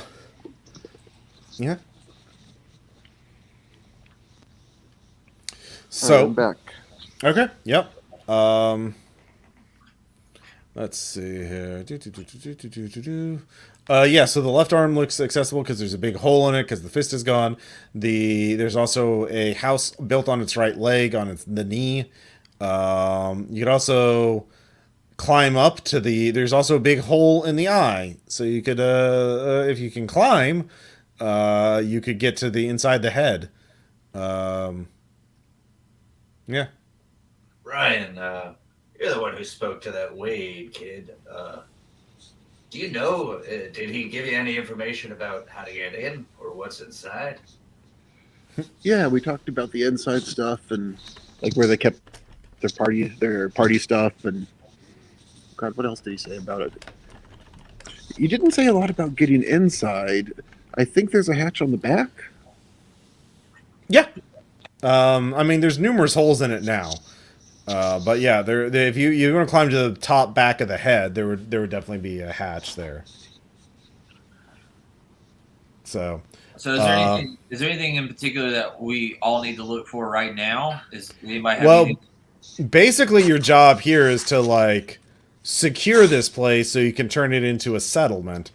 Right. Remember, and eventually move that teleporting pad 50 miles away here so people could just teleport here and back. Or if you go inside, you might be able to look at the technology in the head and figure out a better solution. Like readjust. Maybe there's another. There were teleporting pads for each team member, and there were 5 team members, one for each limb in the head. So the one you have is for one of them. You're not sure which one, but the others are there. So yeah. So I suggest that we make camp in the clearing and observe overnight, and just see, and then we clear it limb by limb in the daytime. Okay. I'm all Oh for yeah, but caution. didn't we get attacked last time we set up camp? Yep, you definitely according did. to Billy Bob, that's gonna keep happening. So what about we just crawl up in that? You said it was the arm that's got a hole in it. The left arm has a giant hole in Left it. arm. Yes. You'd have to jump up into it. The left arm is, if you look at the artwork, it is dangling. It's on the Patreon. I guess I can post it to the game chat. I tried to, it wouldn't let me, but Okay. uh, Yeah, it's a pretty large image because I am. Yeah. Let's see here. Ready. so is the left arm the one that's the easiest for us to access from here? Well, no, about equidistance. Either the left arm is actually a little less accessible because it's further over the lake. There's a little path and then a ladder going up to the house on the right leg. Okay. So the house is probably actually the most accessible place. So I'm looking at the image, so we're approaching it from below, basically. Yep. Yeah. Yeah. So you're off the map right now. Right. So there, I posted it to RPPR game chat. I'm just Thank you, saying, the appropriate thing to do is be neighborly and sail up. Yeah. You can. Let's see here. You could. Yeah, someone could go up to the front door and just knock. Oh yeah, I'll do Sounds like that. that sounds like a knight errant chivalric thing to do. All right. So Ryan and Knight Errant head out to do that. So you climb up the ladder, go on the rickety wooden stairway, and then climb the. You climb up the ladder, go up the stairways, and knock on the door. And there's a little PA system rigged up next to the front door. And a harsh, guttural voice says, Who is there? Salutations. The name is Knight Errant. We have come to give greetings. I am... In your language, I am known as Malort, a feared and terrible thing. I am... do you wish to parley? This is my territory.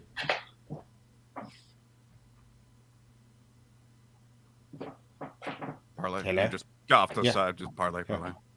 Yeah, yes, what do you want?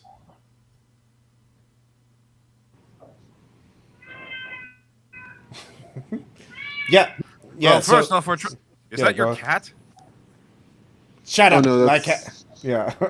That's Yeah. me. Sorry. No It's worries. all good. Just play with it. Yeah. So Malort, the alien that has named itself Malort, is demanding to know what you want in his territory. Well, we're wanting to set up a settlement, so if we want to get into this guy's particular house, we better not lead with that. So, We want to do with colonialism. yeah. Well, let's see here. I got the seat at +1, so I can try lying and say we're here as exploring, and came across the salvage here. Wanted to know if there's anything we could salvage for parlay purposes. You wish to salvage my house? My living abode? Have you laid claim to the entirety of the structure or a small portion of it? Yes, of course. Only Malort is strong. Malort is too... All fear Malort. All do not... Those who have a taste of Malort never go near again. It is... Yes. That is how you phrase threats here in this language. Right. Yes. So, I will tell you this. Are you trapped here? Or do you have a way out of this graveyard, as they call it?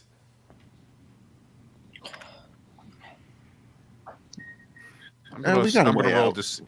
Mhm. Okay. No, Yeah, sorry. if we're just stating it, let's just state it. Yeah. No, we got a way out. It's cool. Wait, you We're not do? trapped. Yeah, Yeah. we you came like here on our own trinkets? volition. We can get out of here if we wanted to. You would, perhaps a trade can be arranged. Malort Sure, wishes what you to go to the surface. Malort wishes to spread itself, on the planet Earth. We can't release Malort on the world, guys. Let Malort go free. So the people will know of Malort. And Malort will give you access to his domain. I'm okay with this. There's like a whole underground upstairs that can deal with him. It's no problem. I mean, if we let them know ahead of time, maybe. Yeah, but I mean, also he's like a dude. He doesn't seem like he's making trouble or anything. How do we know he's a dude at all? I don't know. He calls himself Malort, and he talks funny, and he'd probably enjoy TikTok. Damn. All right. Do you want to He wants strike to a spread deal with himself Malort? across the world. Mm-hmm. Yeah. I say, look, once we get him to go up to the upper world, we can set up a base here, change the passwords, and when he comes back, it's too late. It's ours now. I mean, technically, we could if he doesn't do something weird with the world, but fair enough, I guess. He's probably just a dude. He's probably not going to do anything weird with the world. Well, let's do a parlay first, and then we can figure that one out. All right. Okay. Well, Malort will appear. If have you agreed to Malort's terms? Yeah, we're good. Yeah, that sounds cool. You will imbibe, my lord. Yes, that is the right word, correct? I don't think so. No. Ah.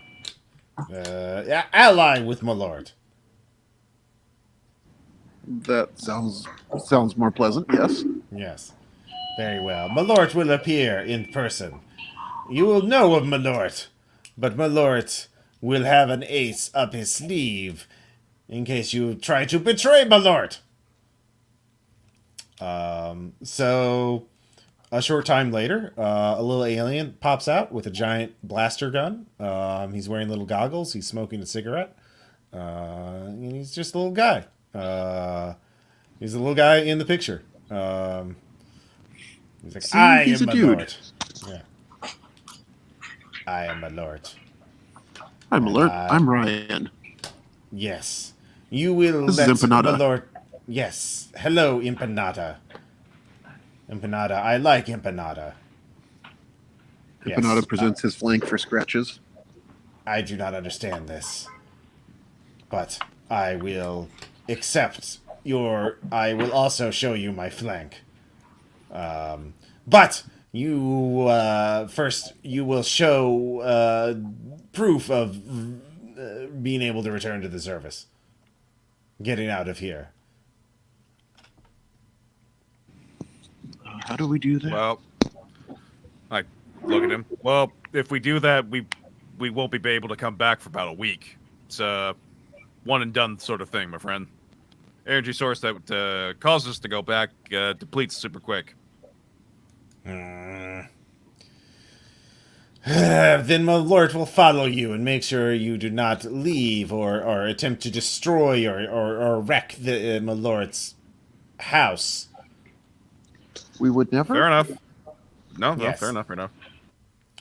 So, yes, there is this. I will. My lord will show you of this accelerate Phoenix. It was a powerful war machine, but the power core is still functional. It still the environmental controls still work, still cleaning and purifying air. But unfortunately, this warmth and good air has also attracted miscreants. I got some squatters going on, I see. Well, vermin. The left arm is full of these. They were, I think, parasites that lived off the blood of one of the kaiju, as you would call it. But they have become omnivores, eating anything, plant or animal, they can. They nest in the left arm, in the body of water. They leave Malort alone because Malort has slain many of them, but Malort is unable to get them out of their nest. It is a standstill. Also, Malort finds their meat. At first it was fine, but now has had so much of it. Malort is sick of it. Are we all there now? Yeah, at Have you this guys point you're finished all your colonialism yet? at this point you're all caught up. Okay. My lord, how did you get here? Malort does not wish to speak about it. Malort has secrets. But Malort will tell you this. Malort has been to Earth before, but Malort has business. Private business. Malort will not pose an existential threat to your species, no. That's really weirdly specific. But I'll trust you. My lord, We you appreciate seem like that. a Yeah. handy guy, or thing, or creature, or I apologize. I didn't mean to gender you. I hate it when people do that to me. You seem like you could fix a lot of things around here. Is there a working machine? And I try to describe a teleporter to him. Oh, yes, Is the there something that teleporter. looks like that? Oh, you know exactly what it is. Yes, yeah. unfortunately it is not. It is must be linked with a beacon. This beacon is must be on the other destination, so it must be on the surface. And there is no such beacon Well, I cannot access a beacon that is attuned to the teleporting pad here. Are any of you familiar with such an insect? The beacon? Yes. No. Well, he's describing the beacon that No, zapped you. I'm just Okay. kidding around. So All right. stupid. Yeah. Okay. Yeah, I just want to make beacon. sure. They happens Yeah. every year. The beekeepers get together. They get creepy. Heyo. It's the Yeah. apiarist. There's a class at Heart, the City Beneath, the Deep Apiarist. So yeah, there is that. So yeah, it sounds like Professor White and Ryan could work together and reattune the teleporting pad to your beacon, but you would have to go back to the surface to do it. You'd basically have to get the data from the pad, from the head of Accelerate Phoenix, and go all the way back to the original pad, teleport to the surface, and then reprogram the beacon, and then you'll be able to zap straight to the head. Okay. So, but of course, it does sound like if you have a nest of monsters in the, what do you call it? That might also be a problem. But I mean, Malort seems fine with it, but he's a single person. But it would definitely make the beachhead a little more problematic. But that could be a future problem. You could be just like, yeah, we'll deal with that later. Yeah. So, yeah, if you head back, well, actually, you realize you might be able to use the teleporting pad to teleport to another teleporting pad since you have the data on that. So you could maybe use it to do a chain teleportation, teleport back to your original landing spot, and then teleport back to the surface. Well, if we can do that, let's try that real fast. My lord, Okay. can you take us to the head? So can you take us to the teleporter? Yes, we of might be able to course. set up a beacon. Yes, that makes sense. That's how you were able to gas us. You found a beacon, but one attuned to a different unit. Yes, they are strange machines, but Before so we you start shipping yeah. in supplies, do we want to secure this place, maybe? My lord, how do the vermin that you speak of? Do they ever venture outside of the left arm? Yes, of course. They hit that lake all the time. They go out every day in the morning hours to scavenge and forage for food, and come back at night to sleep. But do they ever attack your house? They stopped. I have fought enough skirmishes that they know, but I have to spend a good portion of my day trapping and setting up defenses to keep them at bay. How many of them are there? Do you think? Dozens? Perhaps more? Can we get to the head without alerting them? Yes. It is during the day. Well, they are coming back home soon, but then they will go to sleep. But yes, we can. There is a rhythm to this.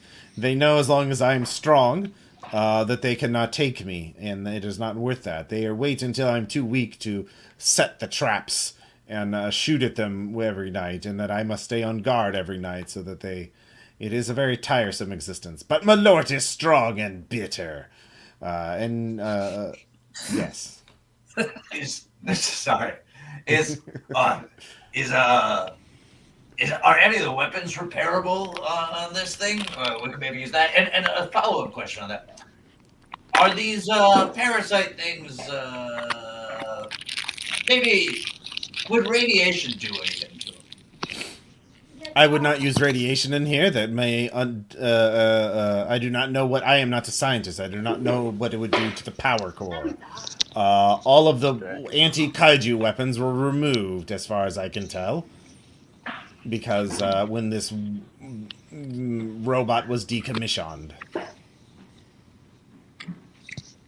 Well, if they're not at home now, we could go in there and lay a trap. They're coming home now. They're beginning to.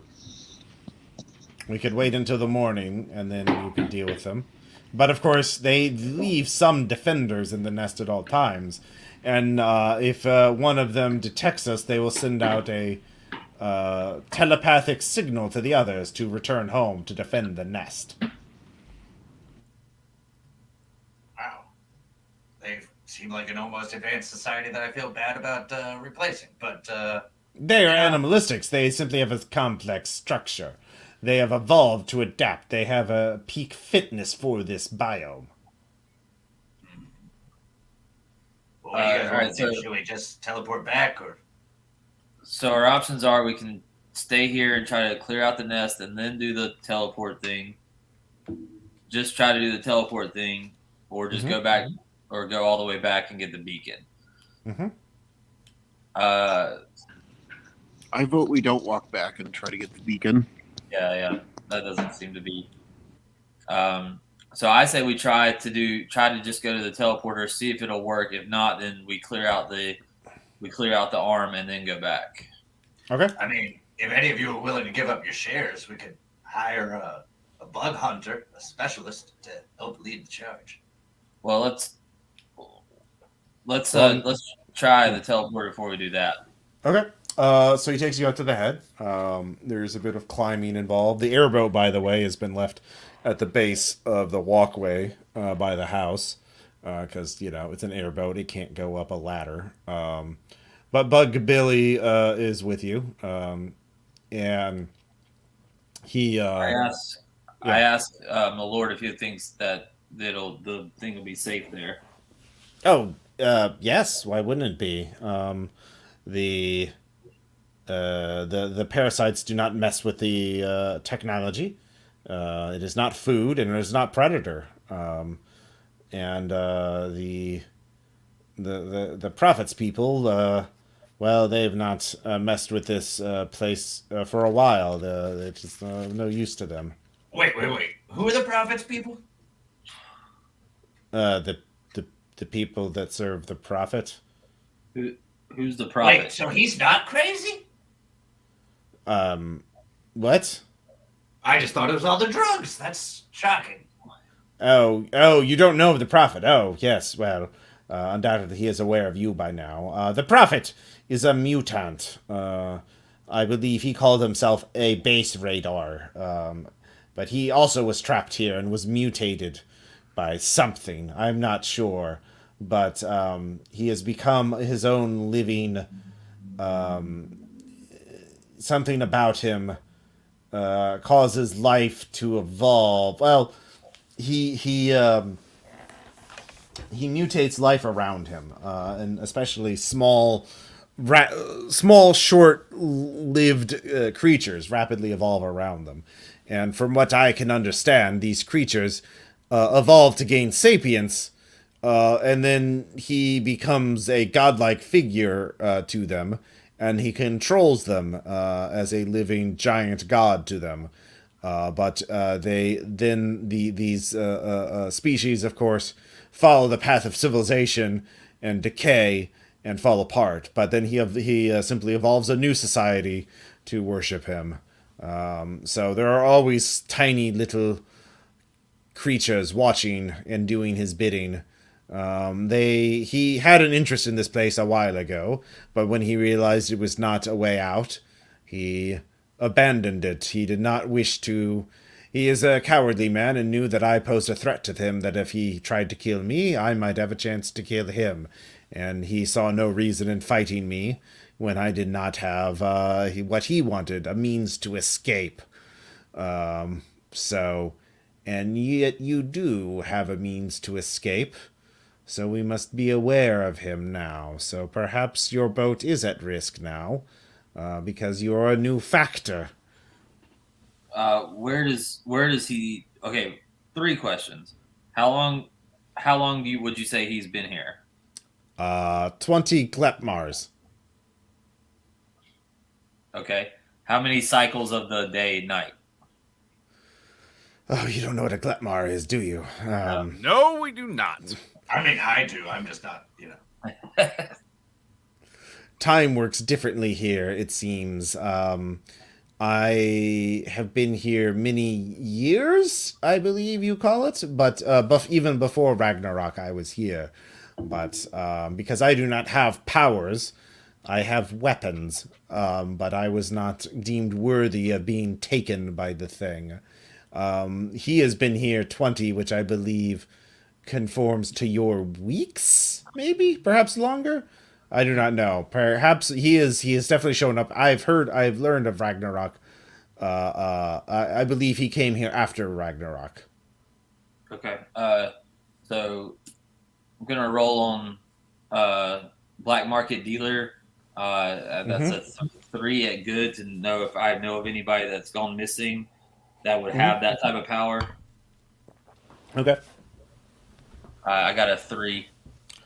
Well, you definitely know people have gone missing. The giant robot graveyard is one of those like, yeah, we can make a huge score there. Yeah, but then we'll die. Like we can't like, it's a huge cache of incredible loot, but like, how the fuck are you gonna get it out? That's why the beachhead is so valuable. It does sound though like he gained these powers after he got here. He probably had some kind of ability, some sort of, maybe he was a super scientist like you, or he had something to absorb or gain power from organic material and used it on kaiju, and it just caused a weird power interaction that gave him that. You've never heard of anybody with that kind of ability. So, but you're guessing it's a result of his time being in here. Because again, this is a massive unknown biome. They put in God knows how many weird creatures and toxic waste here to mingle and fester. So, yeah. Okay. So I would suggest that the people that can do engineering and science go up to the head while the other ones stay with the boat. All right, I Okay. can do that. Hey, Professor, let me take you aside for a second. All right. I had this friend, old Jimbo, and he liked to play sides against each other. And I'm just thinking, you got an in with this prophet guy. I don't really trust my lord. Maybe we want to see what kind of deal the prophet's offering, have them play against each other, and, kind of eliminate anybody else who might have a claim to this robot. So we Well, it sounds are like doing a colonialism. So the prophet sounds like he wants to get out. But we got to be able to see if we can get out first. So I mean, both of them want to get out. I just don't know that getting them out is a good thing for the world above. right, I don't know either. So I say we just go see what's going on in the head first, and then we can make a decision from there. Okay. I'm saying we might want to make an outreach to the prophet from you while we check out the head, just to at least buy us some time. Well, the professor is one of the scientific people, so Oh. yeah. It would be helpful Yeah, if he and could I don't know assist if I me. really have an in or not. I spoke to a small thing that was scared to death of me and ran away. Currently, I'm operating under the theory that you took the right drug at some point to see him, since none of the rest of us had. Well, none of you really looked because you didn't really believe him, and none of you made like said anything about making a concerted effort to search. Like these are apparently like 3 inches tall in a dense jungle environment. They're going to be pretty. You can't really spot them casually. You would have to make a concerted. None of you have like superhuman senses. So yeah. I've been ignoring them. Omicron and Delta have been feasting on them at random. Yeah. Well, there we go. Oh, Yeah. boy. So Ryan and Empanada and Professor White, give me science checks or technology checks. What's your bonus, Ryan? This is for +3 superhuman. All right. So you get a 4 superhuman, and then Professor White. I get a 3 at good. Okay. So between the two of you, you realize you can do the chain teleporting thing. But the beacon will take, with the data you have, it'll take at least 24 hours to fully program it and reconfigure it to this teleporting pad. It's not an instant thing. It'll take some time to do. So, yeah. Meanwhile, so this takes you some time to do to get to this point. So Knight Errant and Corvid can give me alertness checks now that you're looking out, and you're also out on a clearing. They don't have as much cover, so you might have a better chance of spotting them. Nope, I get a 0. Okay. Let's see. -1, 0, +2. So 2 mundane. 2 mundane. Well, that's not good. Well, actually, you know what? I should make it roll. So they have a +3. And they get a +3. So they're also extraordinary tier because they're tiny. So yeah, so they get a 5 tier too. So they are very stealthy. So if they're there, you don't see them. So yeah. Seriously, I'm saying Leave all out I just snack needed foods- was a leave out Gatling snack turret. foods as offerings. Seriously, auto tracking Gatling turrets. What was so hard about her giving me that? That's all I was going to ask for.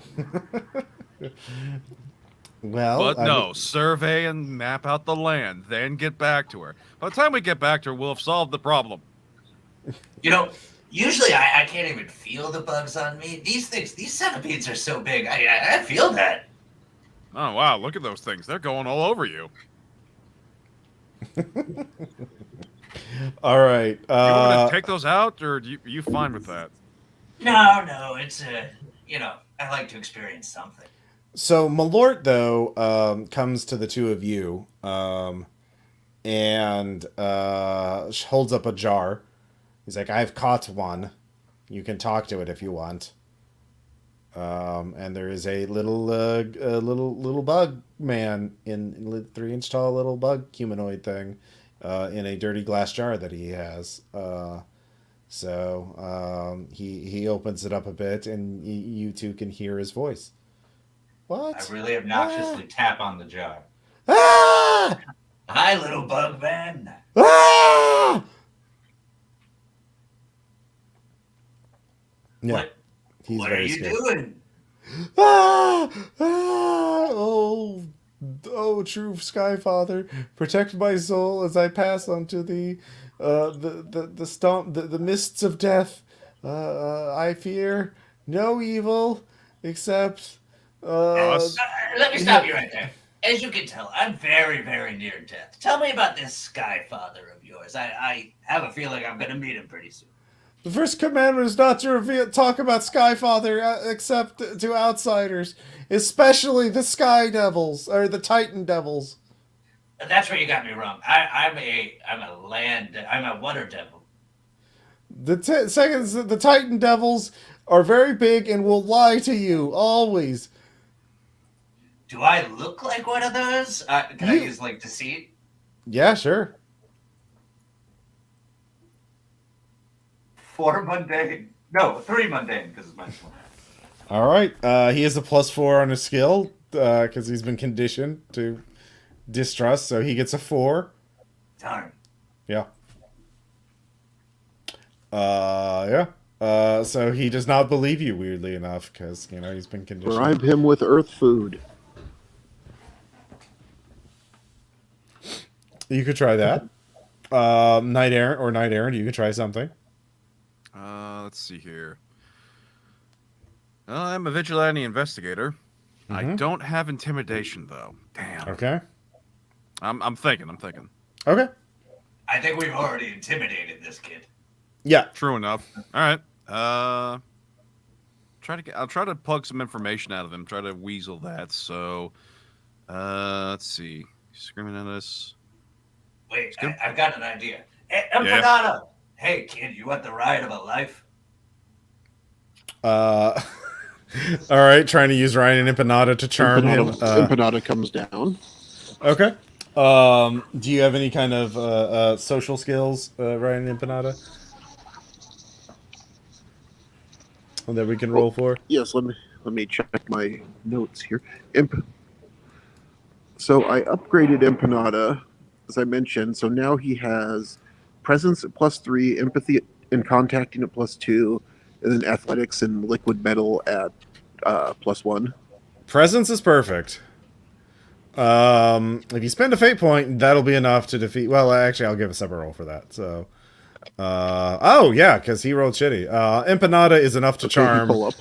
Yeah, Empanada, the little bug man, knows about humanoid Titan devils, but has never met a capybara.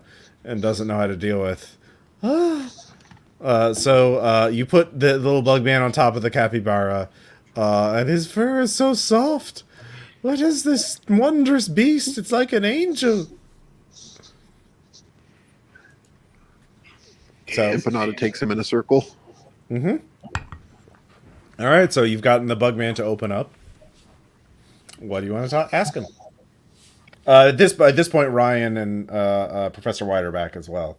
You got the teleporter rigged up to go, so you can go back to the surface pretty quickly if you want Tell to. us about your creator. He is our god. He looks a bit like I guess he looks at Professor White and Knight Errant. I guess kind of like them, but different.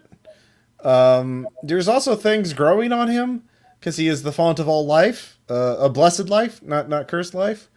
Like me. Yeah, he was cast down here by Titan devils, and we need to get him back out of this hell prison in order so that he can be on in the world and share his blessings with the universe. And that will be first in heaven because of our good work for that. Now, just so I don't offend him, are there any names I'm not supposed to call him? I mean, he is the prophet. Just call him prophet. Yeah, but he's got to have like a forbidden name or something you're not allowed to say. Well, I mean, I'm not a high priest. I wouldn't know that, and that's a bit of a heresy to even suggest that. I'm just a scout. We're just supposed to watch you until, the rest of the plan can be done. And you're doing a great job of watching us. Mm-hmm. You're all here. That is very true. Mm-hmm. And you're keeping us well distracted. Yeah, that's true. It would be great if one of you wandered off by themselves into the jungle. Can one of you do that? That would really help me a lot. We'll think about it. Question: can we get the air, whatever we're gonna call it, the Airbus back up to the head? No, I'm okay. wondering. it's not going to fit. Okay. Yeah, Billy is willing to sell the airboat for another 5 shares, so you don't have to worry about taking it back. Or yeah, so you could also just, if someone makes a convinced speech, be like, hey, you could work here, not just have shares, but you could be an employee and like make some and have a steady gig. You wouldn't have to go out and freelance. Yeah, you could, yeah. That's right. You can be the most expensive Sherpa for this area. Mm-hmm. Yeah. Can I roll black market dealer for that to try and get them? Mm-hmm. Okay. Like, let's say, hey, you can just set up shop here. You can be the Sherpa in residence. You can the people that come. You can be the ones that they go through, and they'll have to give you a small percentage of whatever they get. Uh-huh. With black market drug dealer, that's a 2. All right, that's enough. So yeah, you don't have to worry about taking the airboat back. But I mean, Bug Billy wants to go back with you because he'll need to get more supplies and shit, Right. and gear. But yeah, he's like, yeah, we really need to deal with this prophet guy. The bugs in the arm are that sounds like a solvable thing. I mean, we can just roll some pesticide in there maybe and just deal with it that way. We don't, but yeah, I mean, they're just animals. That doesn't sound too hard. But this prophet guy, he sounds like he could be a problem. And you guys are the base raiders. I just got a magic airboat. While they're all negotiating, I'm going to be wandering off. I'm desperately trying to whistle, but without lips, it's difficult. Okay. So you're going into the jungle by yourself? Yeah, just like wandering, not too far away that I get lost. All right, give me an alertness check.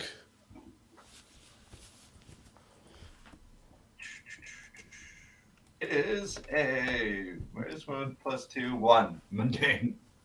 All right.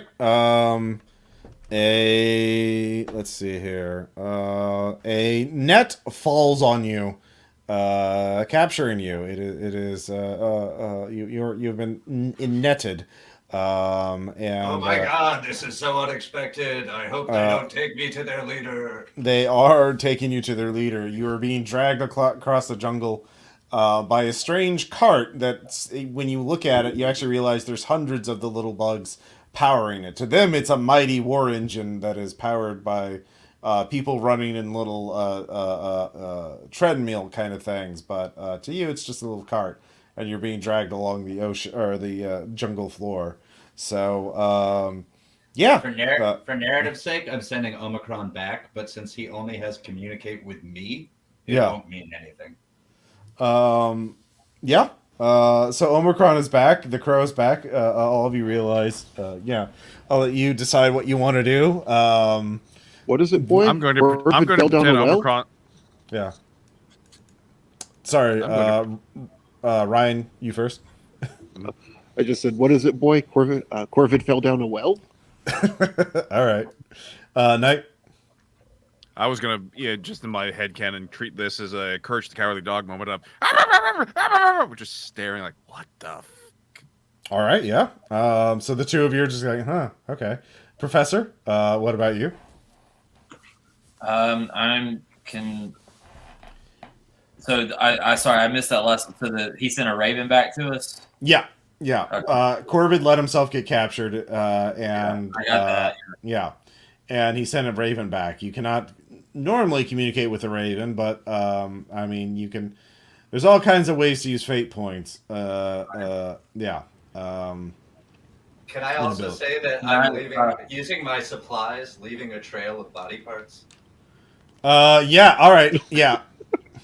I like that. Yeah. There's a little breadcrumbs, and by breadcrumbs I mean toes, fingers and toes, all pointing, literally pointing the right way. So.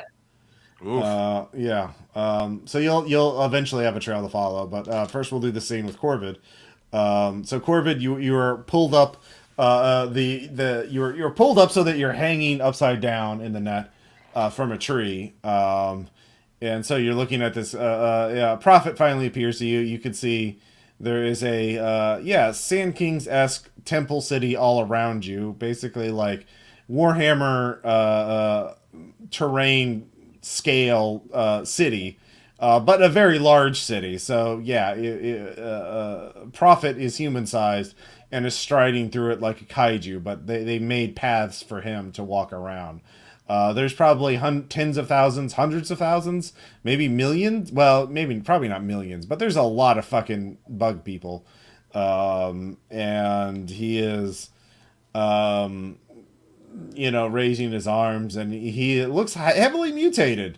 There's weird, like, glands and, like, oozes coming from him. There's part of his torso looks chitinous. Part of it looks leathery. Part of it looks scaly. He went through a genetic blender. Very chimeric. But his voice still sounds mostly human. Like, well, I thought I was the ugliest motherfucker here. That you do not get to hold anymore. Yes. They call me Corvid number 19. Nice to meet you.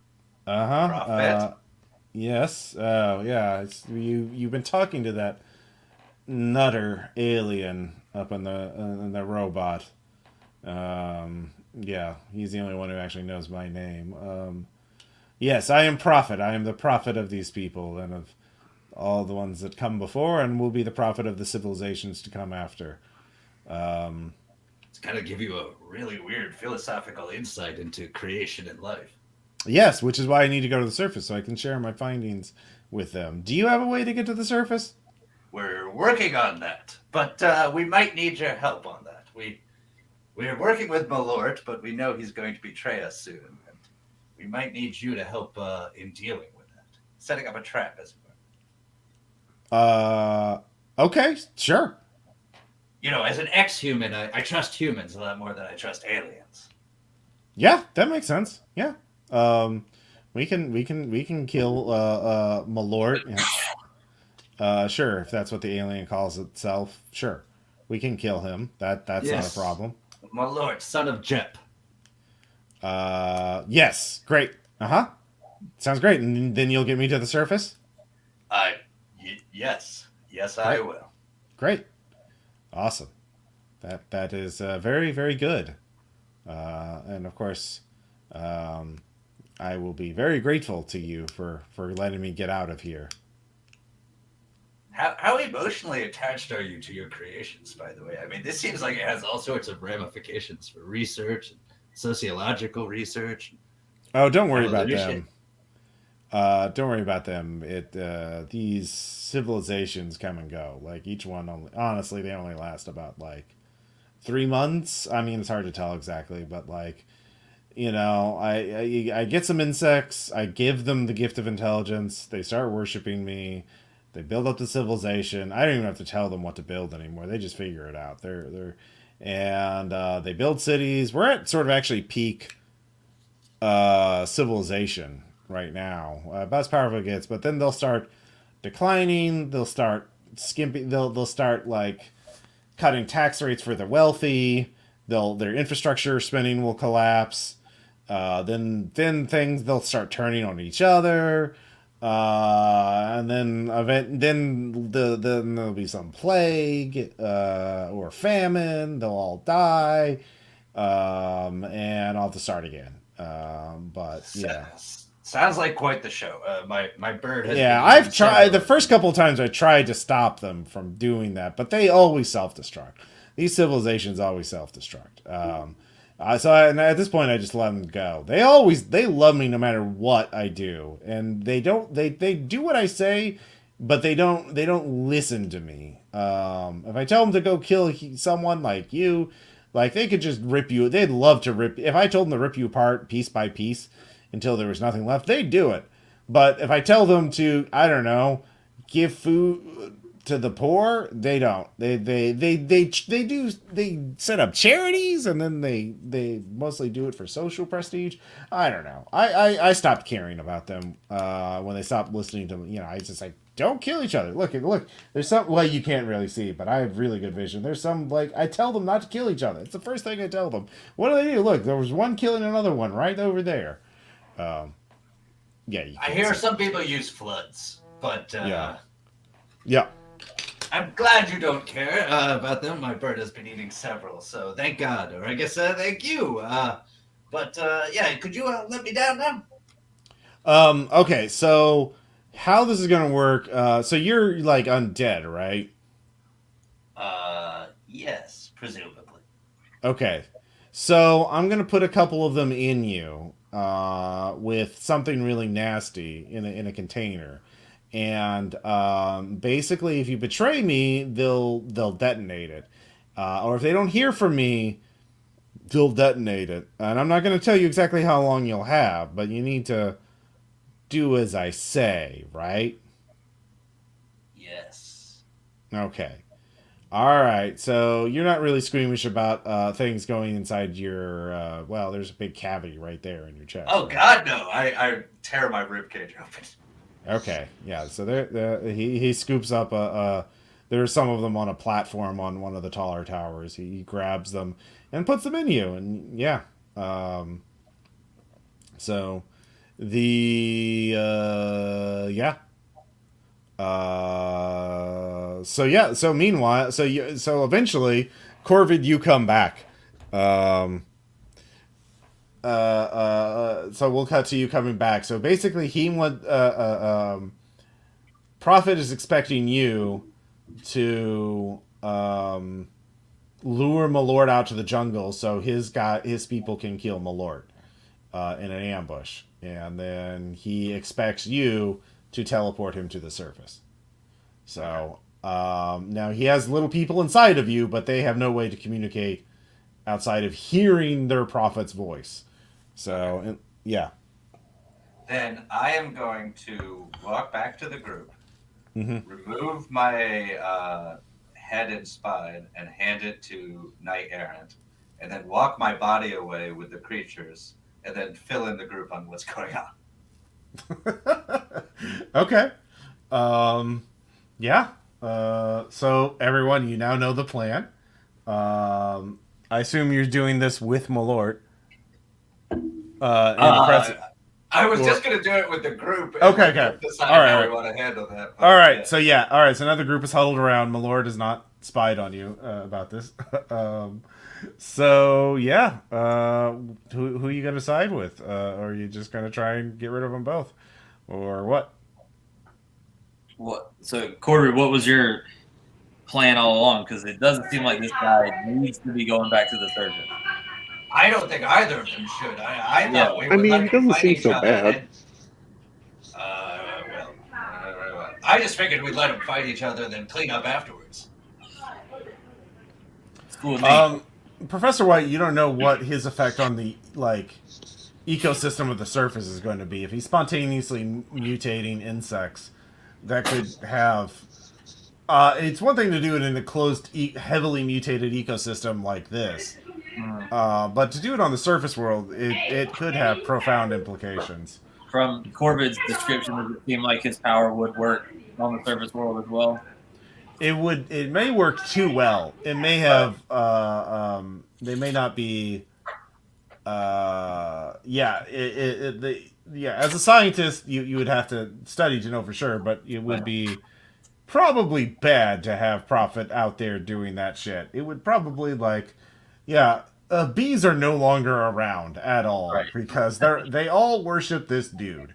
So there goes all the flowering pollinating plants, and there goes the ecosystem. Yeah. Yeah. I think It's, our best plan is to have an attack of 3 armies.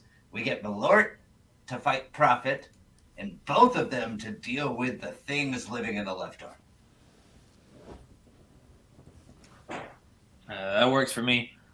Is how available is like power nullifying stuff, Ross?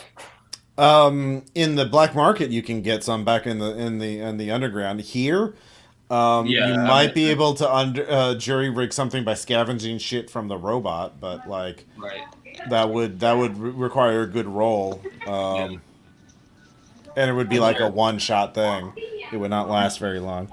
And is the nullifying stuff that's back in the black market, is it permanent, or is it something that has to continually be? Both versions exist. The permanent stuff is obviously more expensive. Right. Okay.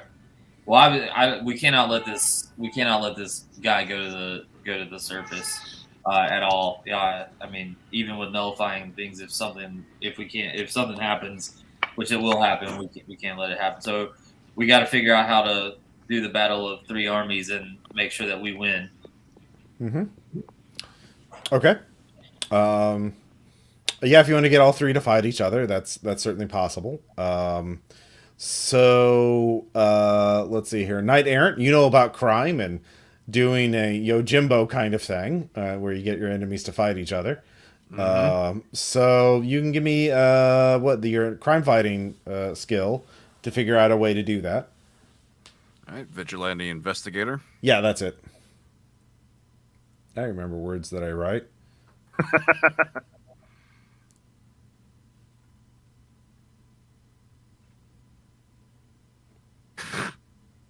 That's going to be extraordinary +4. Okay. So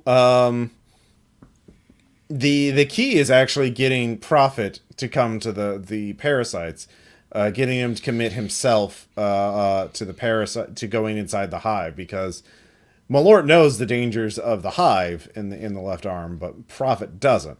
So in order to do that, and the only thing that you know for certain that would get Prophet the person to go is the teleporter. So you need to figure out a way to convince him that the teleporter's in the left arm.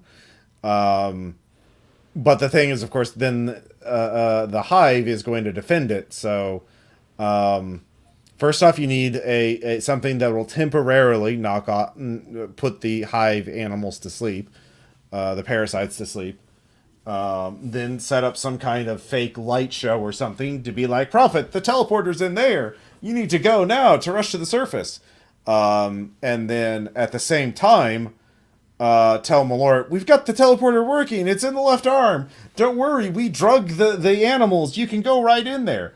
They'll see each other, start fighting each other, and then the animals wake up, and then they all fight each other. And then you guys are at both exits to keep them wedged in there. So you need to do it at night when all the animals are there. You need to have a drug that will get them all to be asleep for a little bit. And then you need a light show to make it look like there's a teleporter or a portal there. So, could we just Banat- attune? Yeah. Oh, so, could we just attune our teleporter to like the sun or something and send it there? You could, but that would risk the teleporter itself. Like, if you don't roll really well, then, like, there's a chance it works once and then you're trapped down here.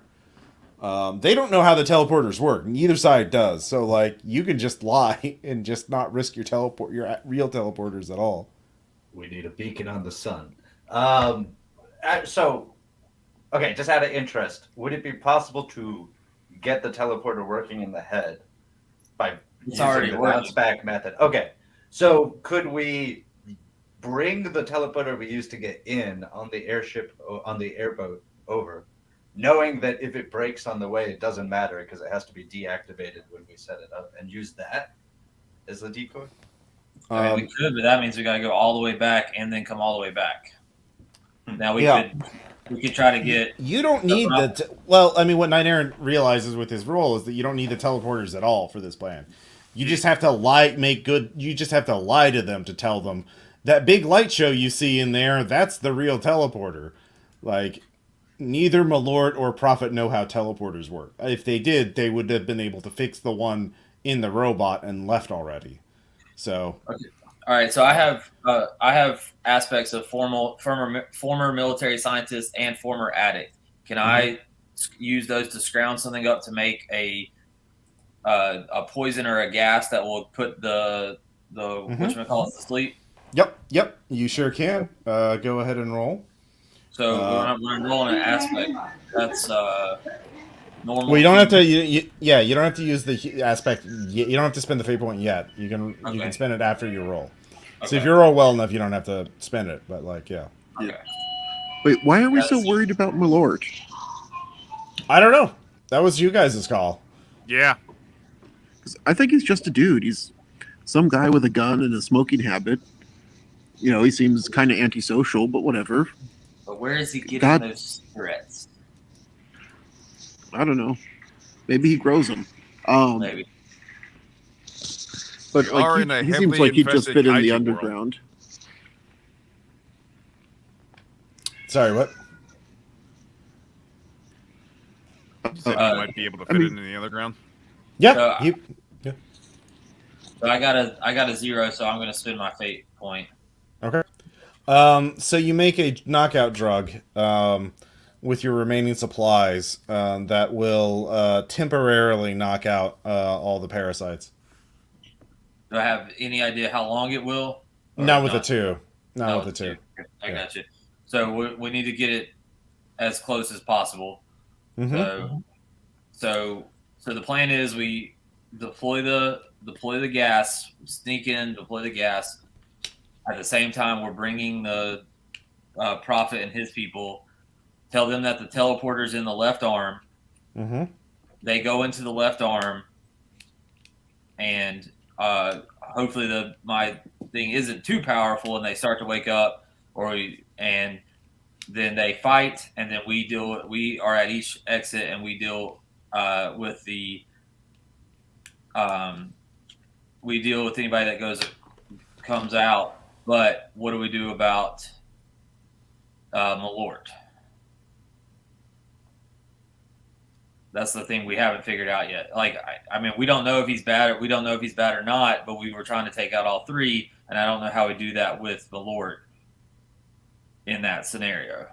I mean, my idea was we just deal with whoever survives. Either Malort falls to the things, or Malort wins, and then he falls to us. Or we trick him into fighting for us, and then employ him afterwards as a guard.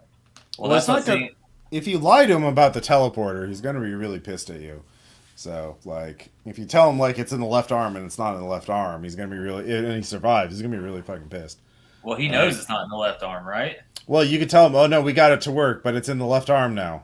Oh, okay. Like they don't know how the they don't know how the science works. Like you can just make lie checks. I mean, yeah. Well, I mean, or we could just bring him in on the plan, Mm-hmm. and then that's just one person to deal with afterwards, and then we can.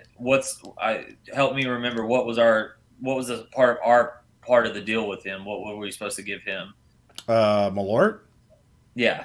He just wanted out. He wanted to go to the surface too. Okay.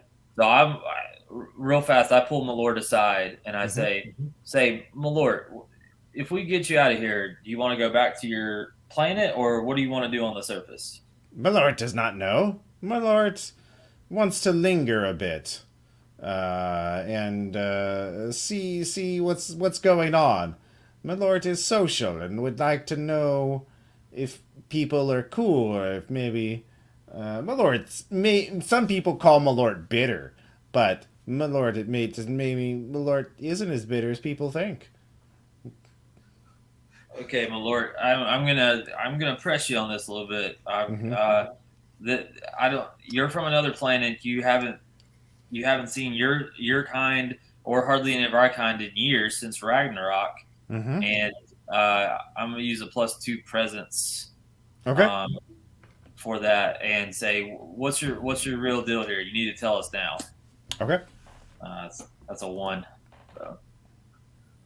You can trust Malort. I've only spent 1 fate point. I'm gonna spend 1 more to make it a 3. Malort doesn't have many friends on his home planet. Malort is looking for new friends. People think Malort is painful, or Malort is bitter and bad, but maybe Malort isn't as bad as people say. Maybe people should try Malort. Did Malort get Ross. exiled? What? Did he get Never spit change. out of his? Sorry, what? Did Malort get spit out of his or exiled from his planet? Malort was spit out from his home planet. It is very sad. Okay, out of character, I've completely shifted on Malort. Okay. In character, I don't trust him at all. But out of character, I want to take him to Chicago. Yeah. So I'm gonna go back and tell them what I just found out, and tell them I think we should just let him in on the plan, and then let him go to the underground, and where we can keep an eye on him. We don't even have to take him all the way up to Earth. We just take him to the underground with Beatrice and everybody can keep an eye on him, and we can just see how he does. Mm-hmm. I think that's safer than the Prophet. Look, I'm not great with people. If you trust this guy, this alien, I'm fine with that. Yeah, it seems pretty normal. Yeah. So the group decides to bring Malort in on the plan. Malort says, yeah, he can snipe the shit out of a Prophet if you can lure him inside the arm. If you can knock out the hive aliens, they can finish off both. That's a great plan. Malort's on board. So Corvid, you're gonna have to go back to Prophet and sell him on going into the left arm. Oh, I'm not. Wait, so Yeah. I'm presuming that his. Okay, so this is once I get my body back and do all that, I do want to do the little Hamlet thing. I want to put on a fake play. I want to have us all pretend to come up with a plan that he'll be listening in on. That then he'll want to make his. Basically, in the plan we talk about how we get the teleporter working and how we're ready to go, and so he'll know it's his time to move because he's in my body. Okay. But it's actually Okay, and then you'll have to get those little guys back to Prophet. So he can't. He's not telepathic. They follow him, but they don't. He can't like. Oh, I thought they were connected to him. Never No, mind. he. Yeah, okay. They're But just I'll still waiting. put on the play. Yeah, they're Yeah, they're it's the bugs literally. that are telepathic. Yeah, the bugs are telepathic with each other. Well, I guess then they could tell him. No, the parasites are telepathic. Yeah. The Not hive. not the little people. Got it. Yeah. Hold on, I'm gonna get some water because my throat's so I'll be right back. So. No worries. Well, I didn't mean to overcomplicate things. I just, love to have armies fight each other on my behalf. Oh, it's a good plan. And if they were telepathic, the Hamlet thing would have been great. No, it'll still work fine. I mean, Yeah. we talk about it. We go back, cycle out those guys or whatever, and Prophet comes a running. And then Empanada teaches the little people communism. And Ryan is going to be responsible for socializing Malort. Oh Lord. Yeah, sure, why not? Take him out to bars. I mean, you'll find a fan. You'll find his fans. I think Ross really went to go get a shot of Malort. I honestly believe that. I wouldn't be surprised. People should try it. I've tried it a few times. You can't get it Well, where I I am. actually have not. I would try it. If you've Well, they say ever you if gotta you've get ever past the one or felt two. and touched wood bark, smelled the sap, and just have that in your mind, that's Malort. Okay. Okay. It is taking a shot, taking it down, and it's just like you're sucking on a bit of tree bark with some sap on it. It is that taste. All right, I'm back. All right. It doesn't so, really sound worse than Jen. No, it's not that bad. Especially usually people use it in chasers. But drinking it straight's a unique taste all on its own. Ross, settle a bet. Did you really go get a shot of Malort? Did I really what a shot of Malort? Did you really get go a shot? Yeah, I'm drinking multiple shots of Malort. I have a bottle at my house. So I've had. Is it another bottle or is this the same one? I think it's the second bottle. I've Okay. had. Yeah, Baz is somehow able to source Malort, and he just gives me bottles every once in a while. So yeah. I gotta ask Bass for that next time I see him at a con or something. Yeah, I'm sure you can find it. I mean, they're trying to get wider yeah. distribution now. I'll have to check it Yeah. Total Win more. Yeah. Or if you know someone in Chicago, they can just mail it to you. Yeah. Yeah. Anyways, so if you want to trick Prophet, the easiest way for you to do it, Corbett, is to march back and sell them on a fake line. But yeah, because the little people in your body are not able to communicate long distance. So Well, we'll still do our little improv show just to get Okay. our acting Okay. chops out. But then then I walk back so that they just reinforce the story. okay. So what's the fake? What is the story? We don't have to get into the full thing, but like, what is the fake story you were trying to sell Prophet? Oh, that we got the Teleporter working working. and Okay, the okay. left arm. The creatures we've subdued, they're working for us or under our control or something psychic. Well, you don't even have to. You don't think he knows about the creatures? You could just not mention them. Okay. Yeah, because they'll be asleep, so he won't really pay attention. If he believes you. So, but yeah, you'll have to go back to really sell this in person. So you'll have to go back. So you march back, Corbett, and face Prophet yet again in his temple city, and it's actually noticeably. It's some of the buildings look a little worse for the wear. Yeah, they're really accelerated timetable here. In fact, in the distance, you think you can see a riot breaking out. Anyways. I see you've invented. Your people have invented social media. Yeah. Yeah. Oh, you're close now. So what's the deal? What's the what do you have for me? They got the teleporter working, and can we have this conversation upside down again? It just feels well, whatever. They got the teleporter working. It's in the left arm.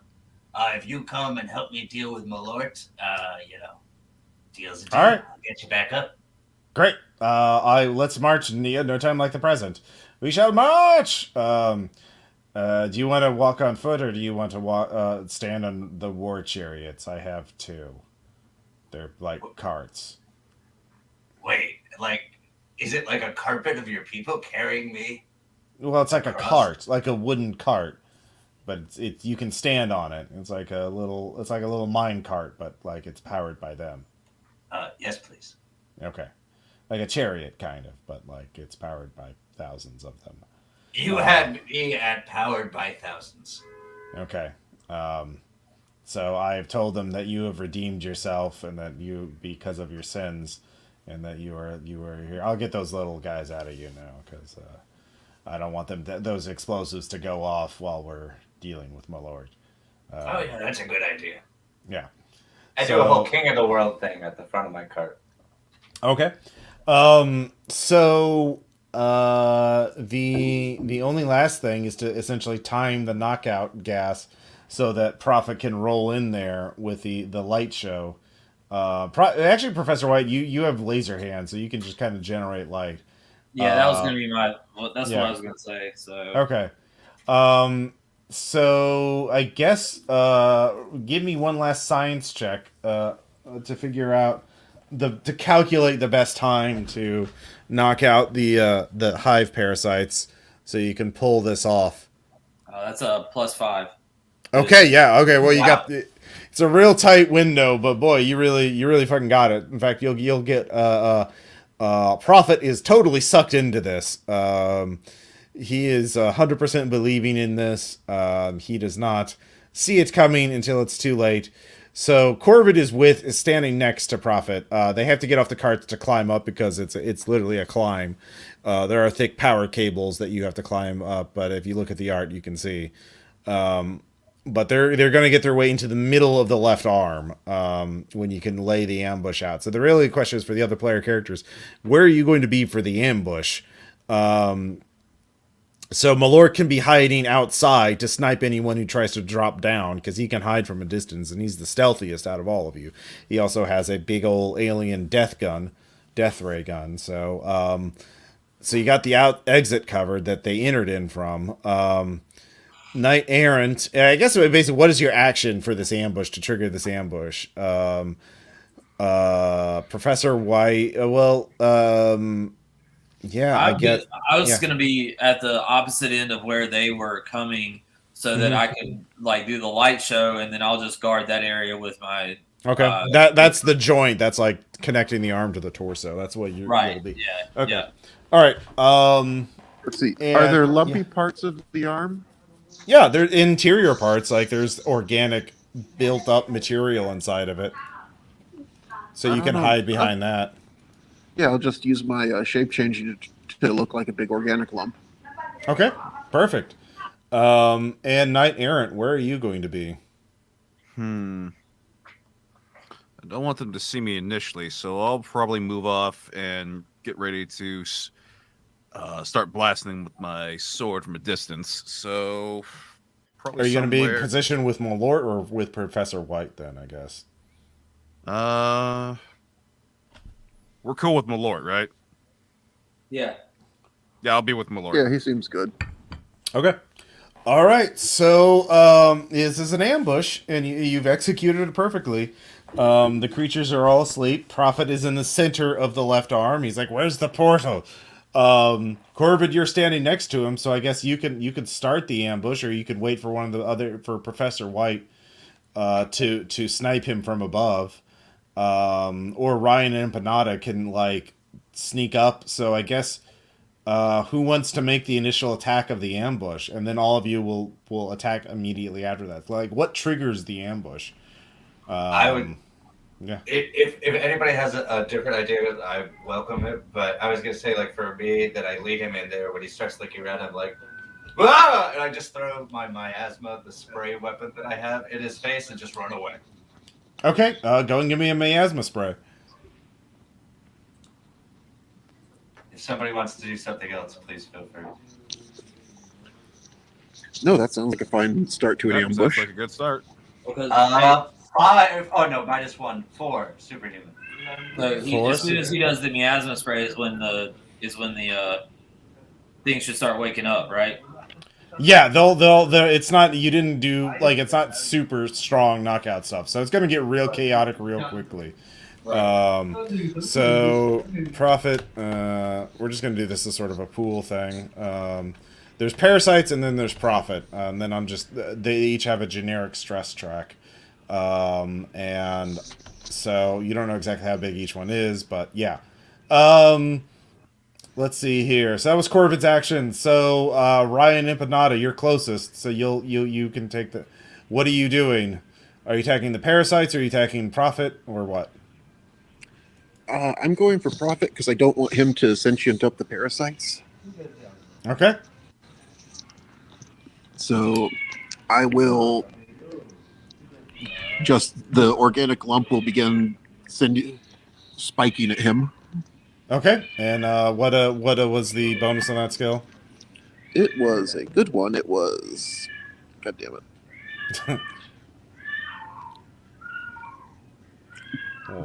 Oh, it was +2 superhuman. Okay. Which is a 2 superhuman because you rolled a 0. So, so you lay into him with the spikes. He's knocked back. He's got some holes in him.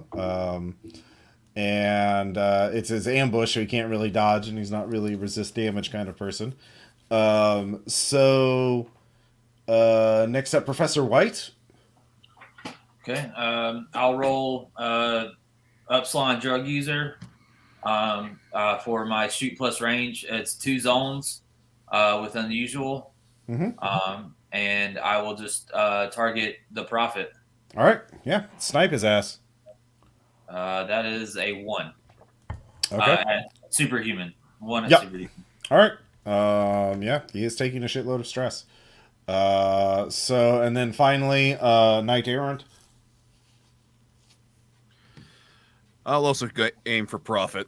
Try to take Alright. down the head and cause the little ones to probably kill themselves later on. But yeah, I mean, they were already doing it, so. Mm-hmm. Excuse me. Relax.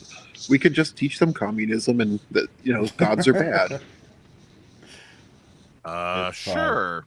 That'll work. Well, I mean, they're a quick evolving species, so you got to be real quick about that. Wow, Yep. That's a 3 superhuman. All right. Let's see here. So let's see here. All right. So he is heavily wounded. As you've torn into him, Malort starts firing at the parasites because he hates the parasites more and figures you guys are laying into them. So he starts blasting them with his death ray. And now we're into combat. And Prophet will take the first action. He releases his hordes of people. And all of you are beset by a zone spray attack. As his people were already here, they'd infiltrated the robot already. They're tiny and they were stealthy. And so, with a 2 superhuman, as hordes of them fire little crystals that are heat rays somehow. They're one piece of amazing technology, or miniature heat rays, which individually don't do much, but boy, they have lots of them. And they're surprisingly long range. They're just sniping you. He engineered this civilization to be good at fighting large people, for some weird reason. So everyone, it is a 2 superhuman damage on all 4 of you. Oof. Yeah. So let's see here. Corvid, are you trying to parry? Actually, this is not really, well, Knight Errant can parry them because he can parry anything. But, Corvid, you can, yeah. Resist damage on my loss of breath. Okay, go ahead and roll that. What tier is that? That's superhuman. Alright, so yeah, you need to beat a 2 then. That is a 4. All right. Yeah, your undead hide is too tough for these little heat rays. Professor White. I've got resist damage at superhuman. All right. Go ahead and roll that. That's a 5. All right. Yeah, you're also superhumanly tough. Weirdly enough, he is not. This is why he's trying to ambush you 1-on-1. But then you tricked him. Ryan Empanada, what's your? Do you have resist damage as well? No, I've got parry on the liquid metal. Otherwise, I'm just athleticsing it here. Okay. Parry doesn't really work. This is an area spray attack, so like. Okay. So you roll resist damage at 0, unless you have athletics. I have athletics at 1. Okay. Well, no, I don't. Let me double check. I don't think it's actually that. Common skills. I think it's no. It's endurance. No, it's not. It is. There is no resist damage under the common skills. It's got to be endurance or something. But... Yeah, I thought it was endurance. No, that's just stress capacity health. Huh. Huh. Ugh. Yep. Yeah. Uh-oh. Well, yeah. So just roll it at 0. All right. Well, can you hit die spot for me? Oh yeah, that's right. Sorry. So you get 0. So that'll be 6 stress to you. As those little heat rays add up because it's at superhuman tier. Mm-hmm. Oh wait, no, I have endurance at +1.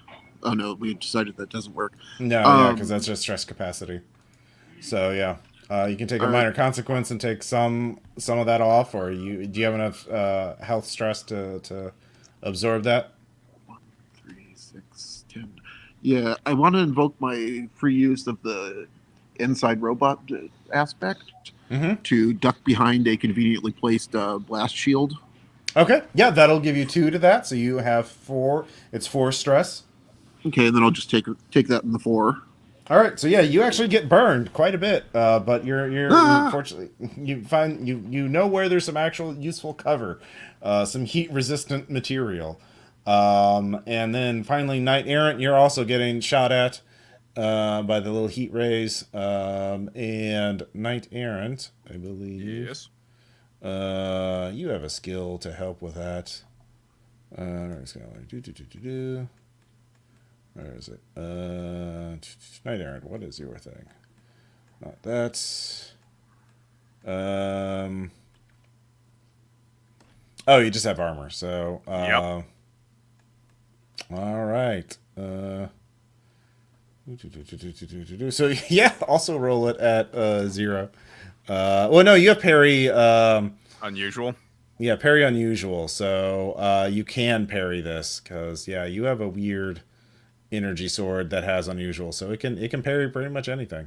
Well, that's what happens when your alien energy sword of unknown origins comes into play. Yep.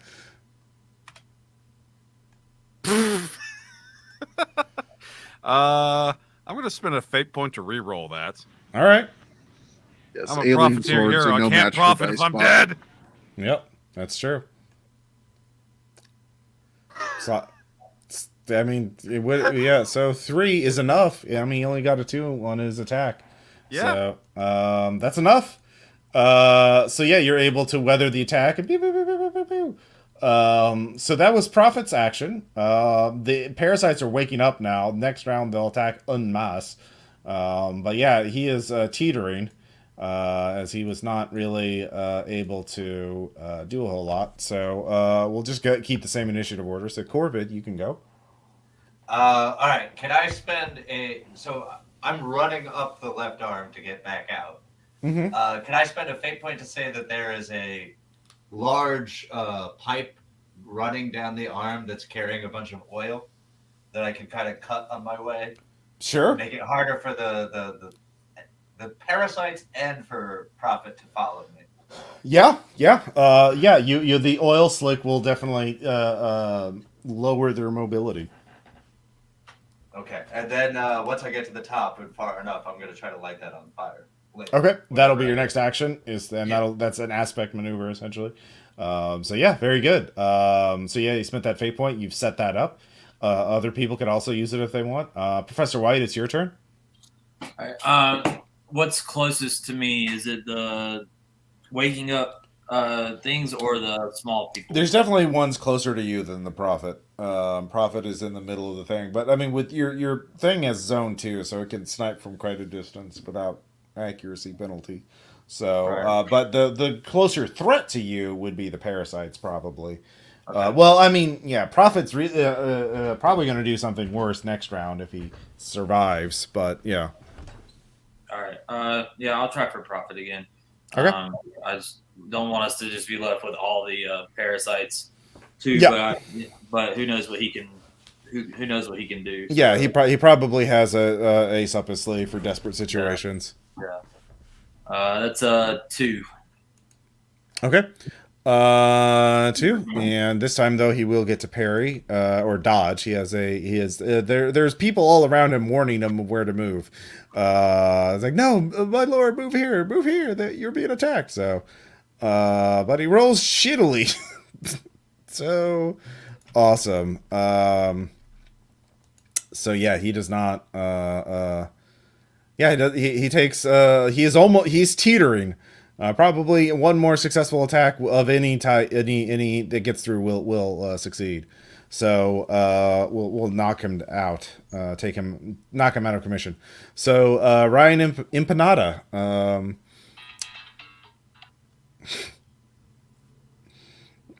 Yeah. All right. It looks like it's the only solution is a stabbing. Mm-hmm.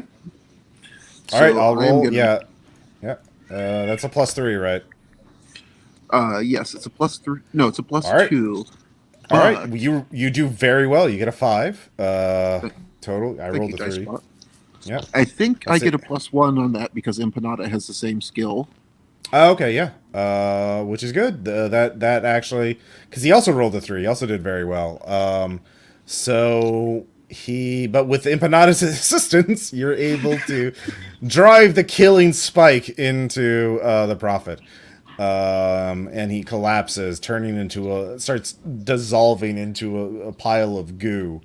Yeah. So finally we have Knight Errant. So there's only the Hive left. So basically the Hive, they're just, vicious predatory bug monster things. So they're a lot easier. So we'll just abstract this as everybody dealing with the Hive on their own. So Knight Errant, give me an attack and a defense. Well, first give me an attack roll.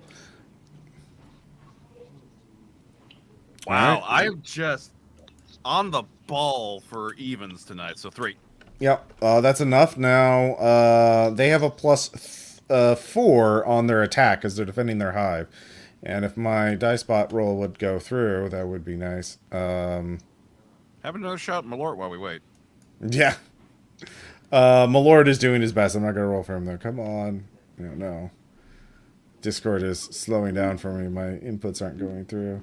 It was freaking out earlier today. It crashed for pretty much. Oh, there we go. Oh, there it goes.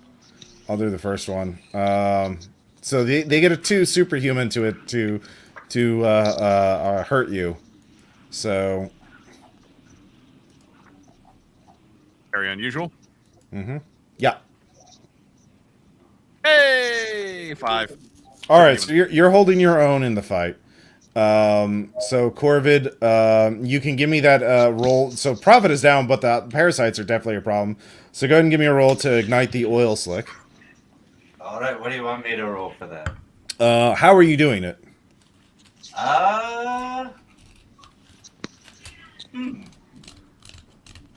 Like, if you have athletics, you could throw a lighter expertly, so that I'll just say you have a Zippo. Can I make an unarmed attack on the wall using a metal bit to try to spark it? Yeah, I would allow that. All right. That sounds cool as fuck. I grab a huge pipe. I do not do well. I grab a huge pipe and bash into the. It's +2, so it's a no -1. It's a 0. 0 definitely fails unless you have a fate point to spend. I do, but I'm not going to on this one. I'm gonna. All right. All right. They are. I I Yeah. expect it to look really cool and like spark up, so I grab a big metal pipe and I slam it against the wall as hard as I can, and nothing happens. All right, the parasites dogpile you for a 5 superhuman attack. Oh, all Yep. right. I will use my resist damage then. Mm-hmm. That's a 3 superhuman. All right, so you take 2. stress. Yep, you take 2 stress. They're tearing into you. It's unpleasant. Professor White, you can keep on blasting. All right, yeah, I think that's really all I can do. All right, how hard would it be to blast some of those things off of him?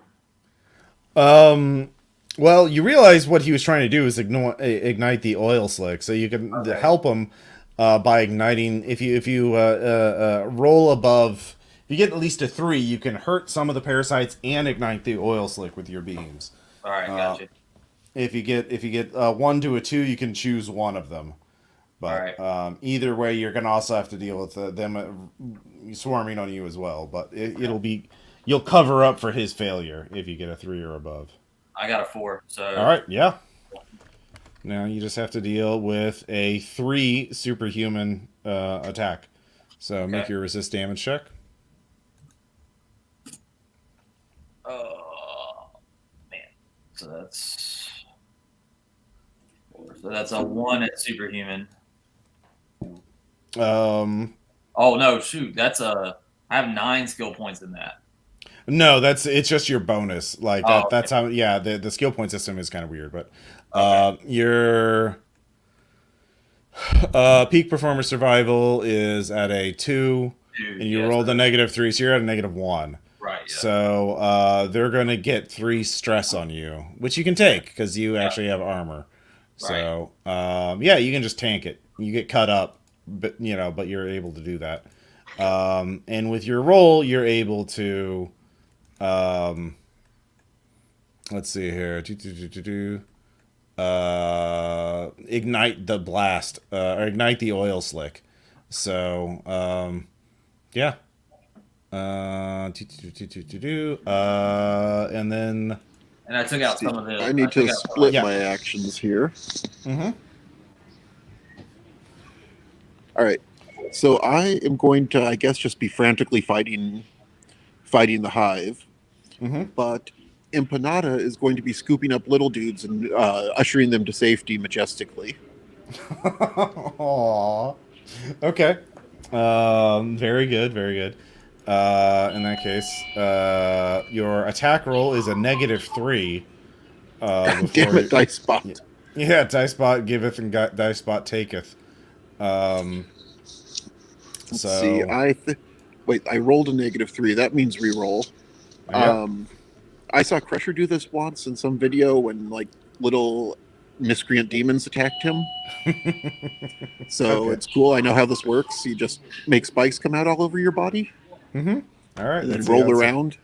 Well, you got a -1 this time. So, but with your skill, that gives you a positive. So you're able to like do your share of the fighting. So Ryan has just grown spikes all over his body and is rolling around on the ground. mm-hmm. Doing his best Sonic the Hedgehog impersonation. More like a log. All right. They inflict 4 superhuman stress on you. You can parry this because they're just melee attacks. I would like to do that. All right, and you roll a 0 as well. So what's your parry skill? 2. So you get 2. take 2 superhuman stress. 2. Well, no, I think it's just 2 stress. So I will put that in my 2 box, I guess. Yep. All right, so yeah, you're getting That's cut up where and that goes. fine. All right, what is Empanada rolling to there's save so the many little of people? them. Yeah, there's a lot of them. Could he use presence? Yeah, that's good. Okay, he has what's that his- at +3.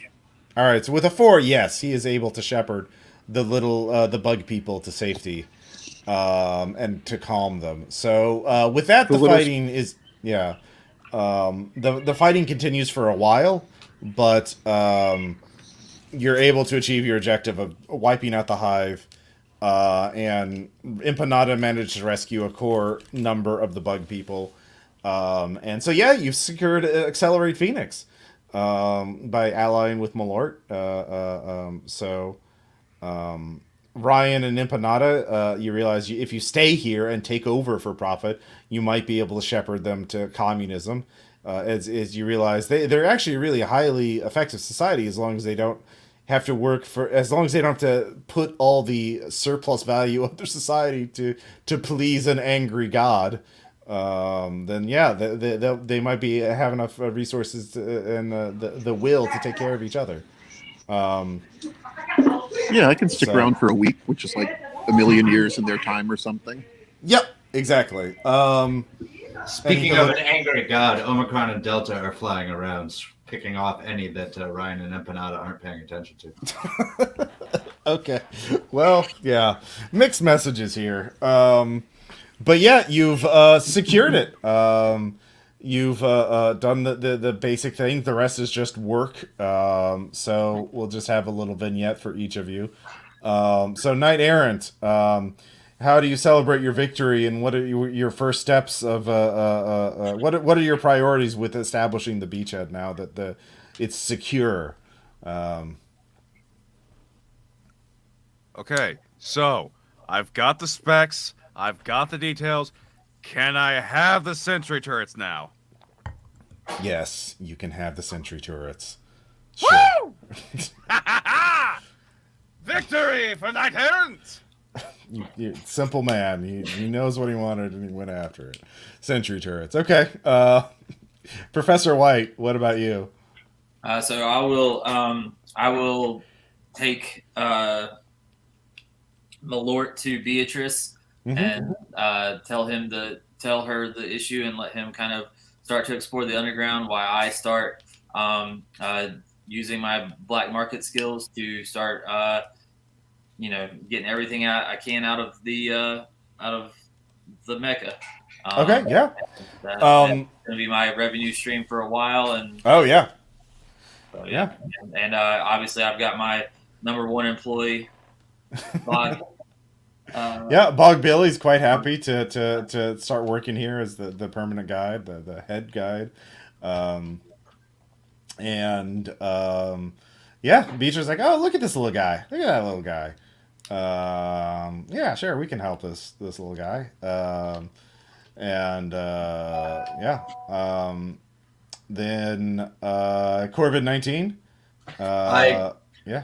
I desperately try to get them to work on unionizing the undead, but instead the Dragor parkours, or the parkour Dragors, just focus on making the left leg that we get into the world's most extreme parkour gym. Okay, yeah. It's a bit flooded, but, it's only partially flooded, which just adds to the challenge. So also some, electrical hazards, frayed power cables, but, that's fine. That's part of why it's the most extreme gym. Okay. Get that parkour. Yeah, and they're undead. They're pretty low maintenance. If your heart doesn't beat, electricity is not that bad. Yeah.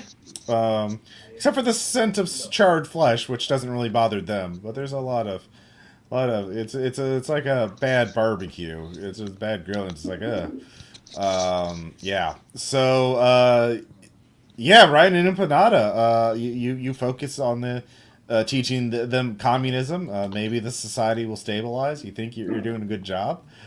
Is there anything else among your priorities, or are you focused entirely on helping the little bug people? Not much. I give what's his name from the. God damn it, I forgot his name. Sorry, the guy who used to drive this thing. I give him 1 share so he can come. Oh, Wade Sims. Yeah, Wade Sims so he can come feel young again. Oh yeah, no, he's over thrilled. He wants to live there now. It's safer than the surface. I'll sell everything and move down here. He starts fixing up the Malort's old house. Malort's old house. Yeah. Professor White is also going to work on capturing and weaponizing the gas. Oh, the spore gas. Yeah, Yeah. that's right. Yeah, no, it's very promising. The Mist of Death could be a very powerful hallucinogen if processed correctly. So yeah, that's something to try out. So yeah, that's the expedition to the giant robot graveyards. You guys did it. Yay. Yay. Yeah, you did a bit of colonization, but for good. Yeah, Yeah. yeah, Okay, there are Nobody some of statues of importance Empanada. died. yeah. There are definitely a lot of statues of capybaras. Yeah. So, um, yeah. So yeah, basically the bad guy was what if Pikmin was evil? And or if you've watched the episode Sand Kings from the Outer Limits, oops, not Sand King. Yeah. Let's see here. Well, it's actually like a double episode. That's here. I'll put a link in there. So I was like, what if that guy was a Base Raiders character? What was his Yeah.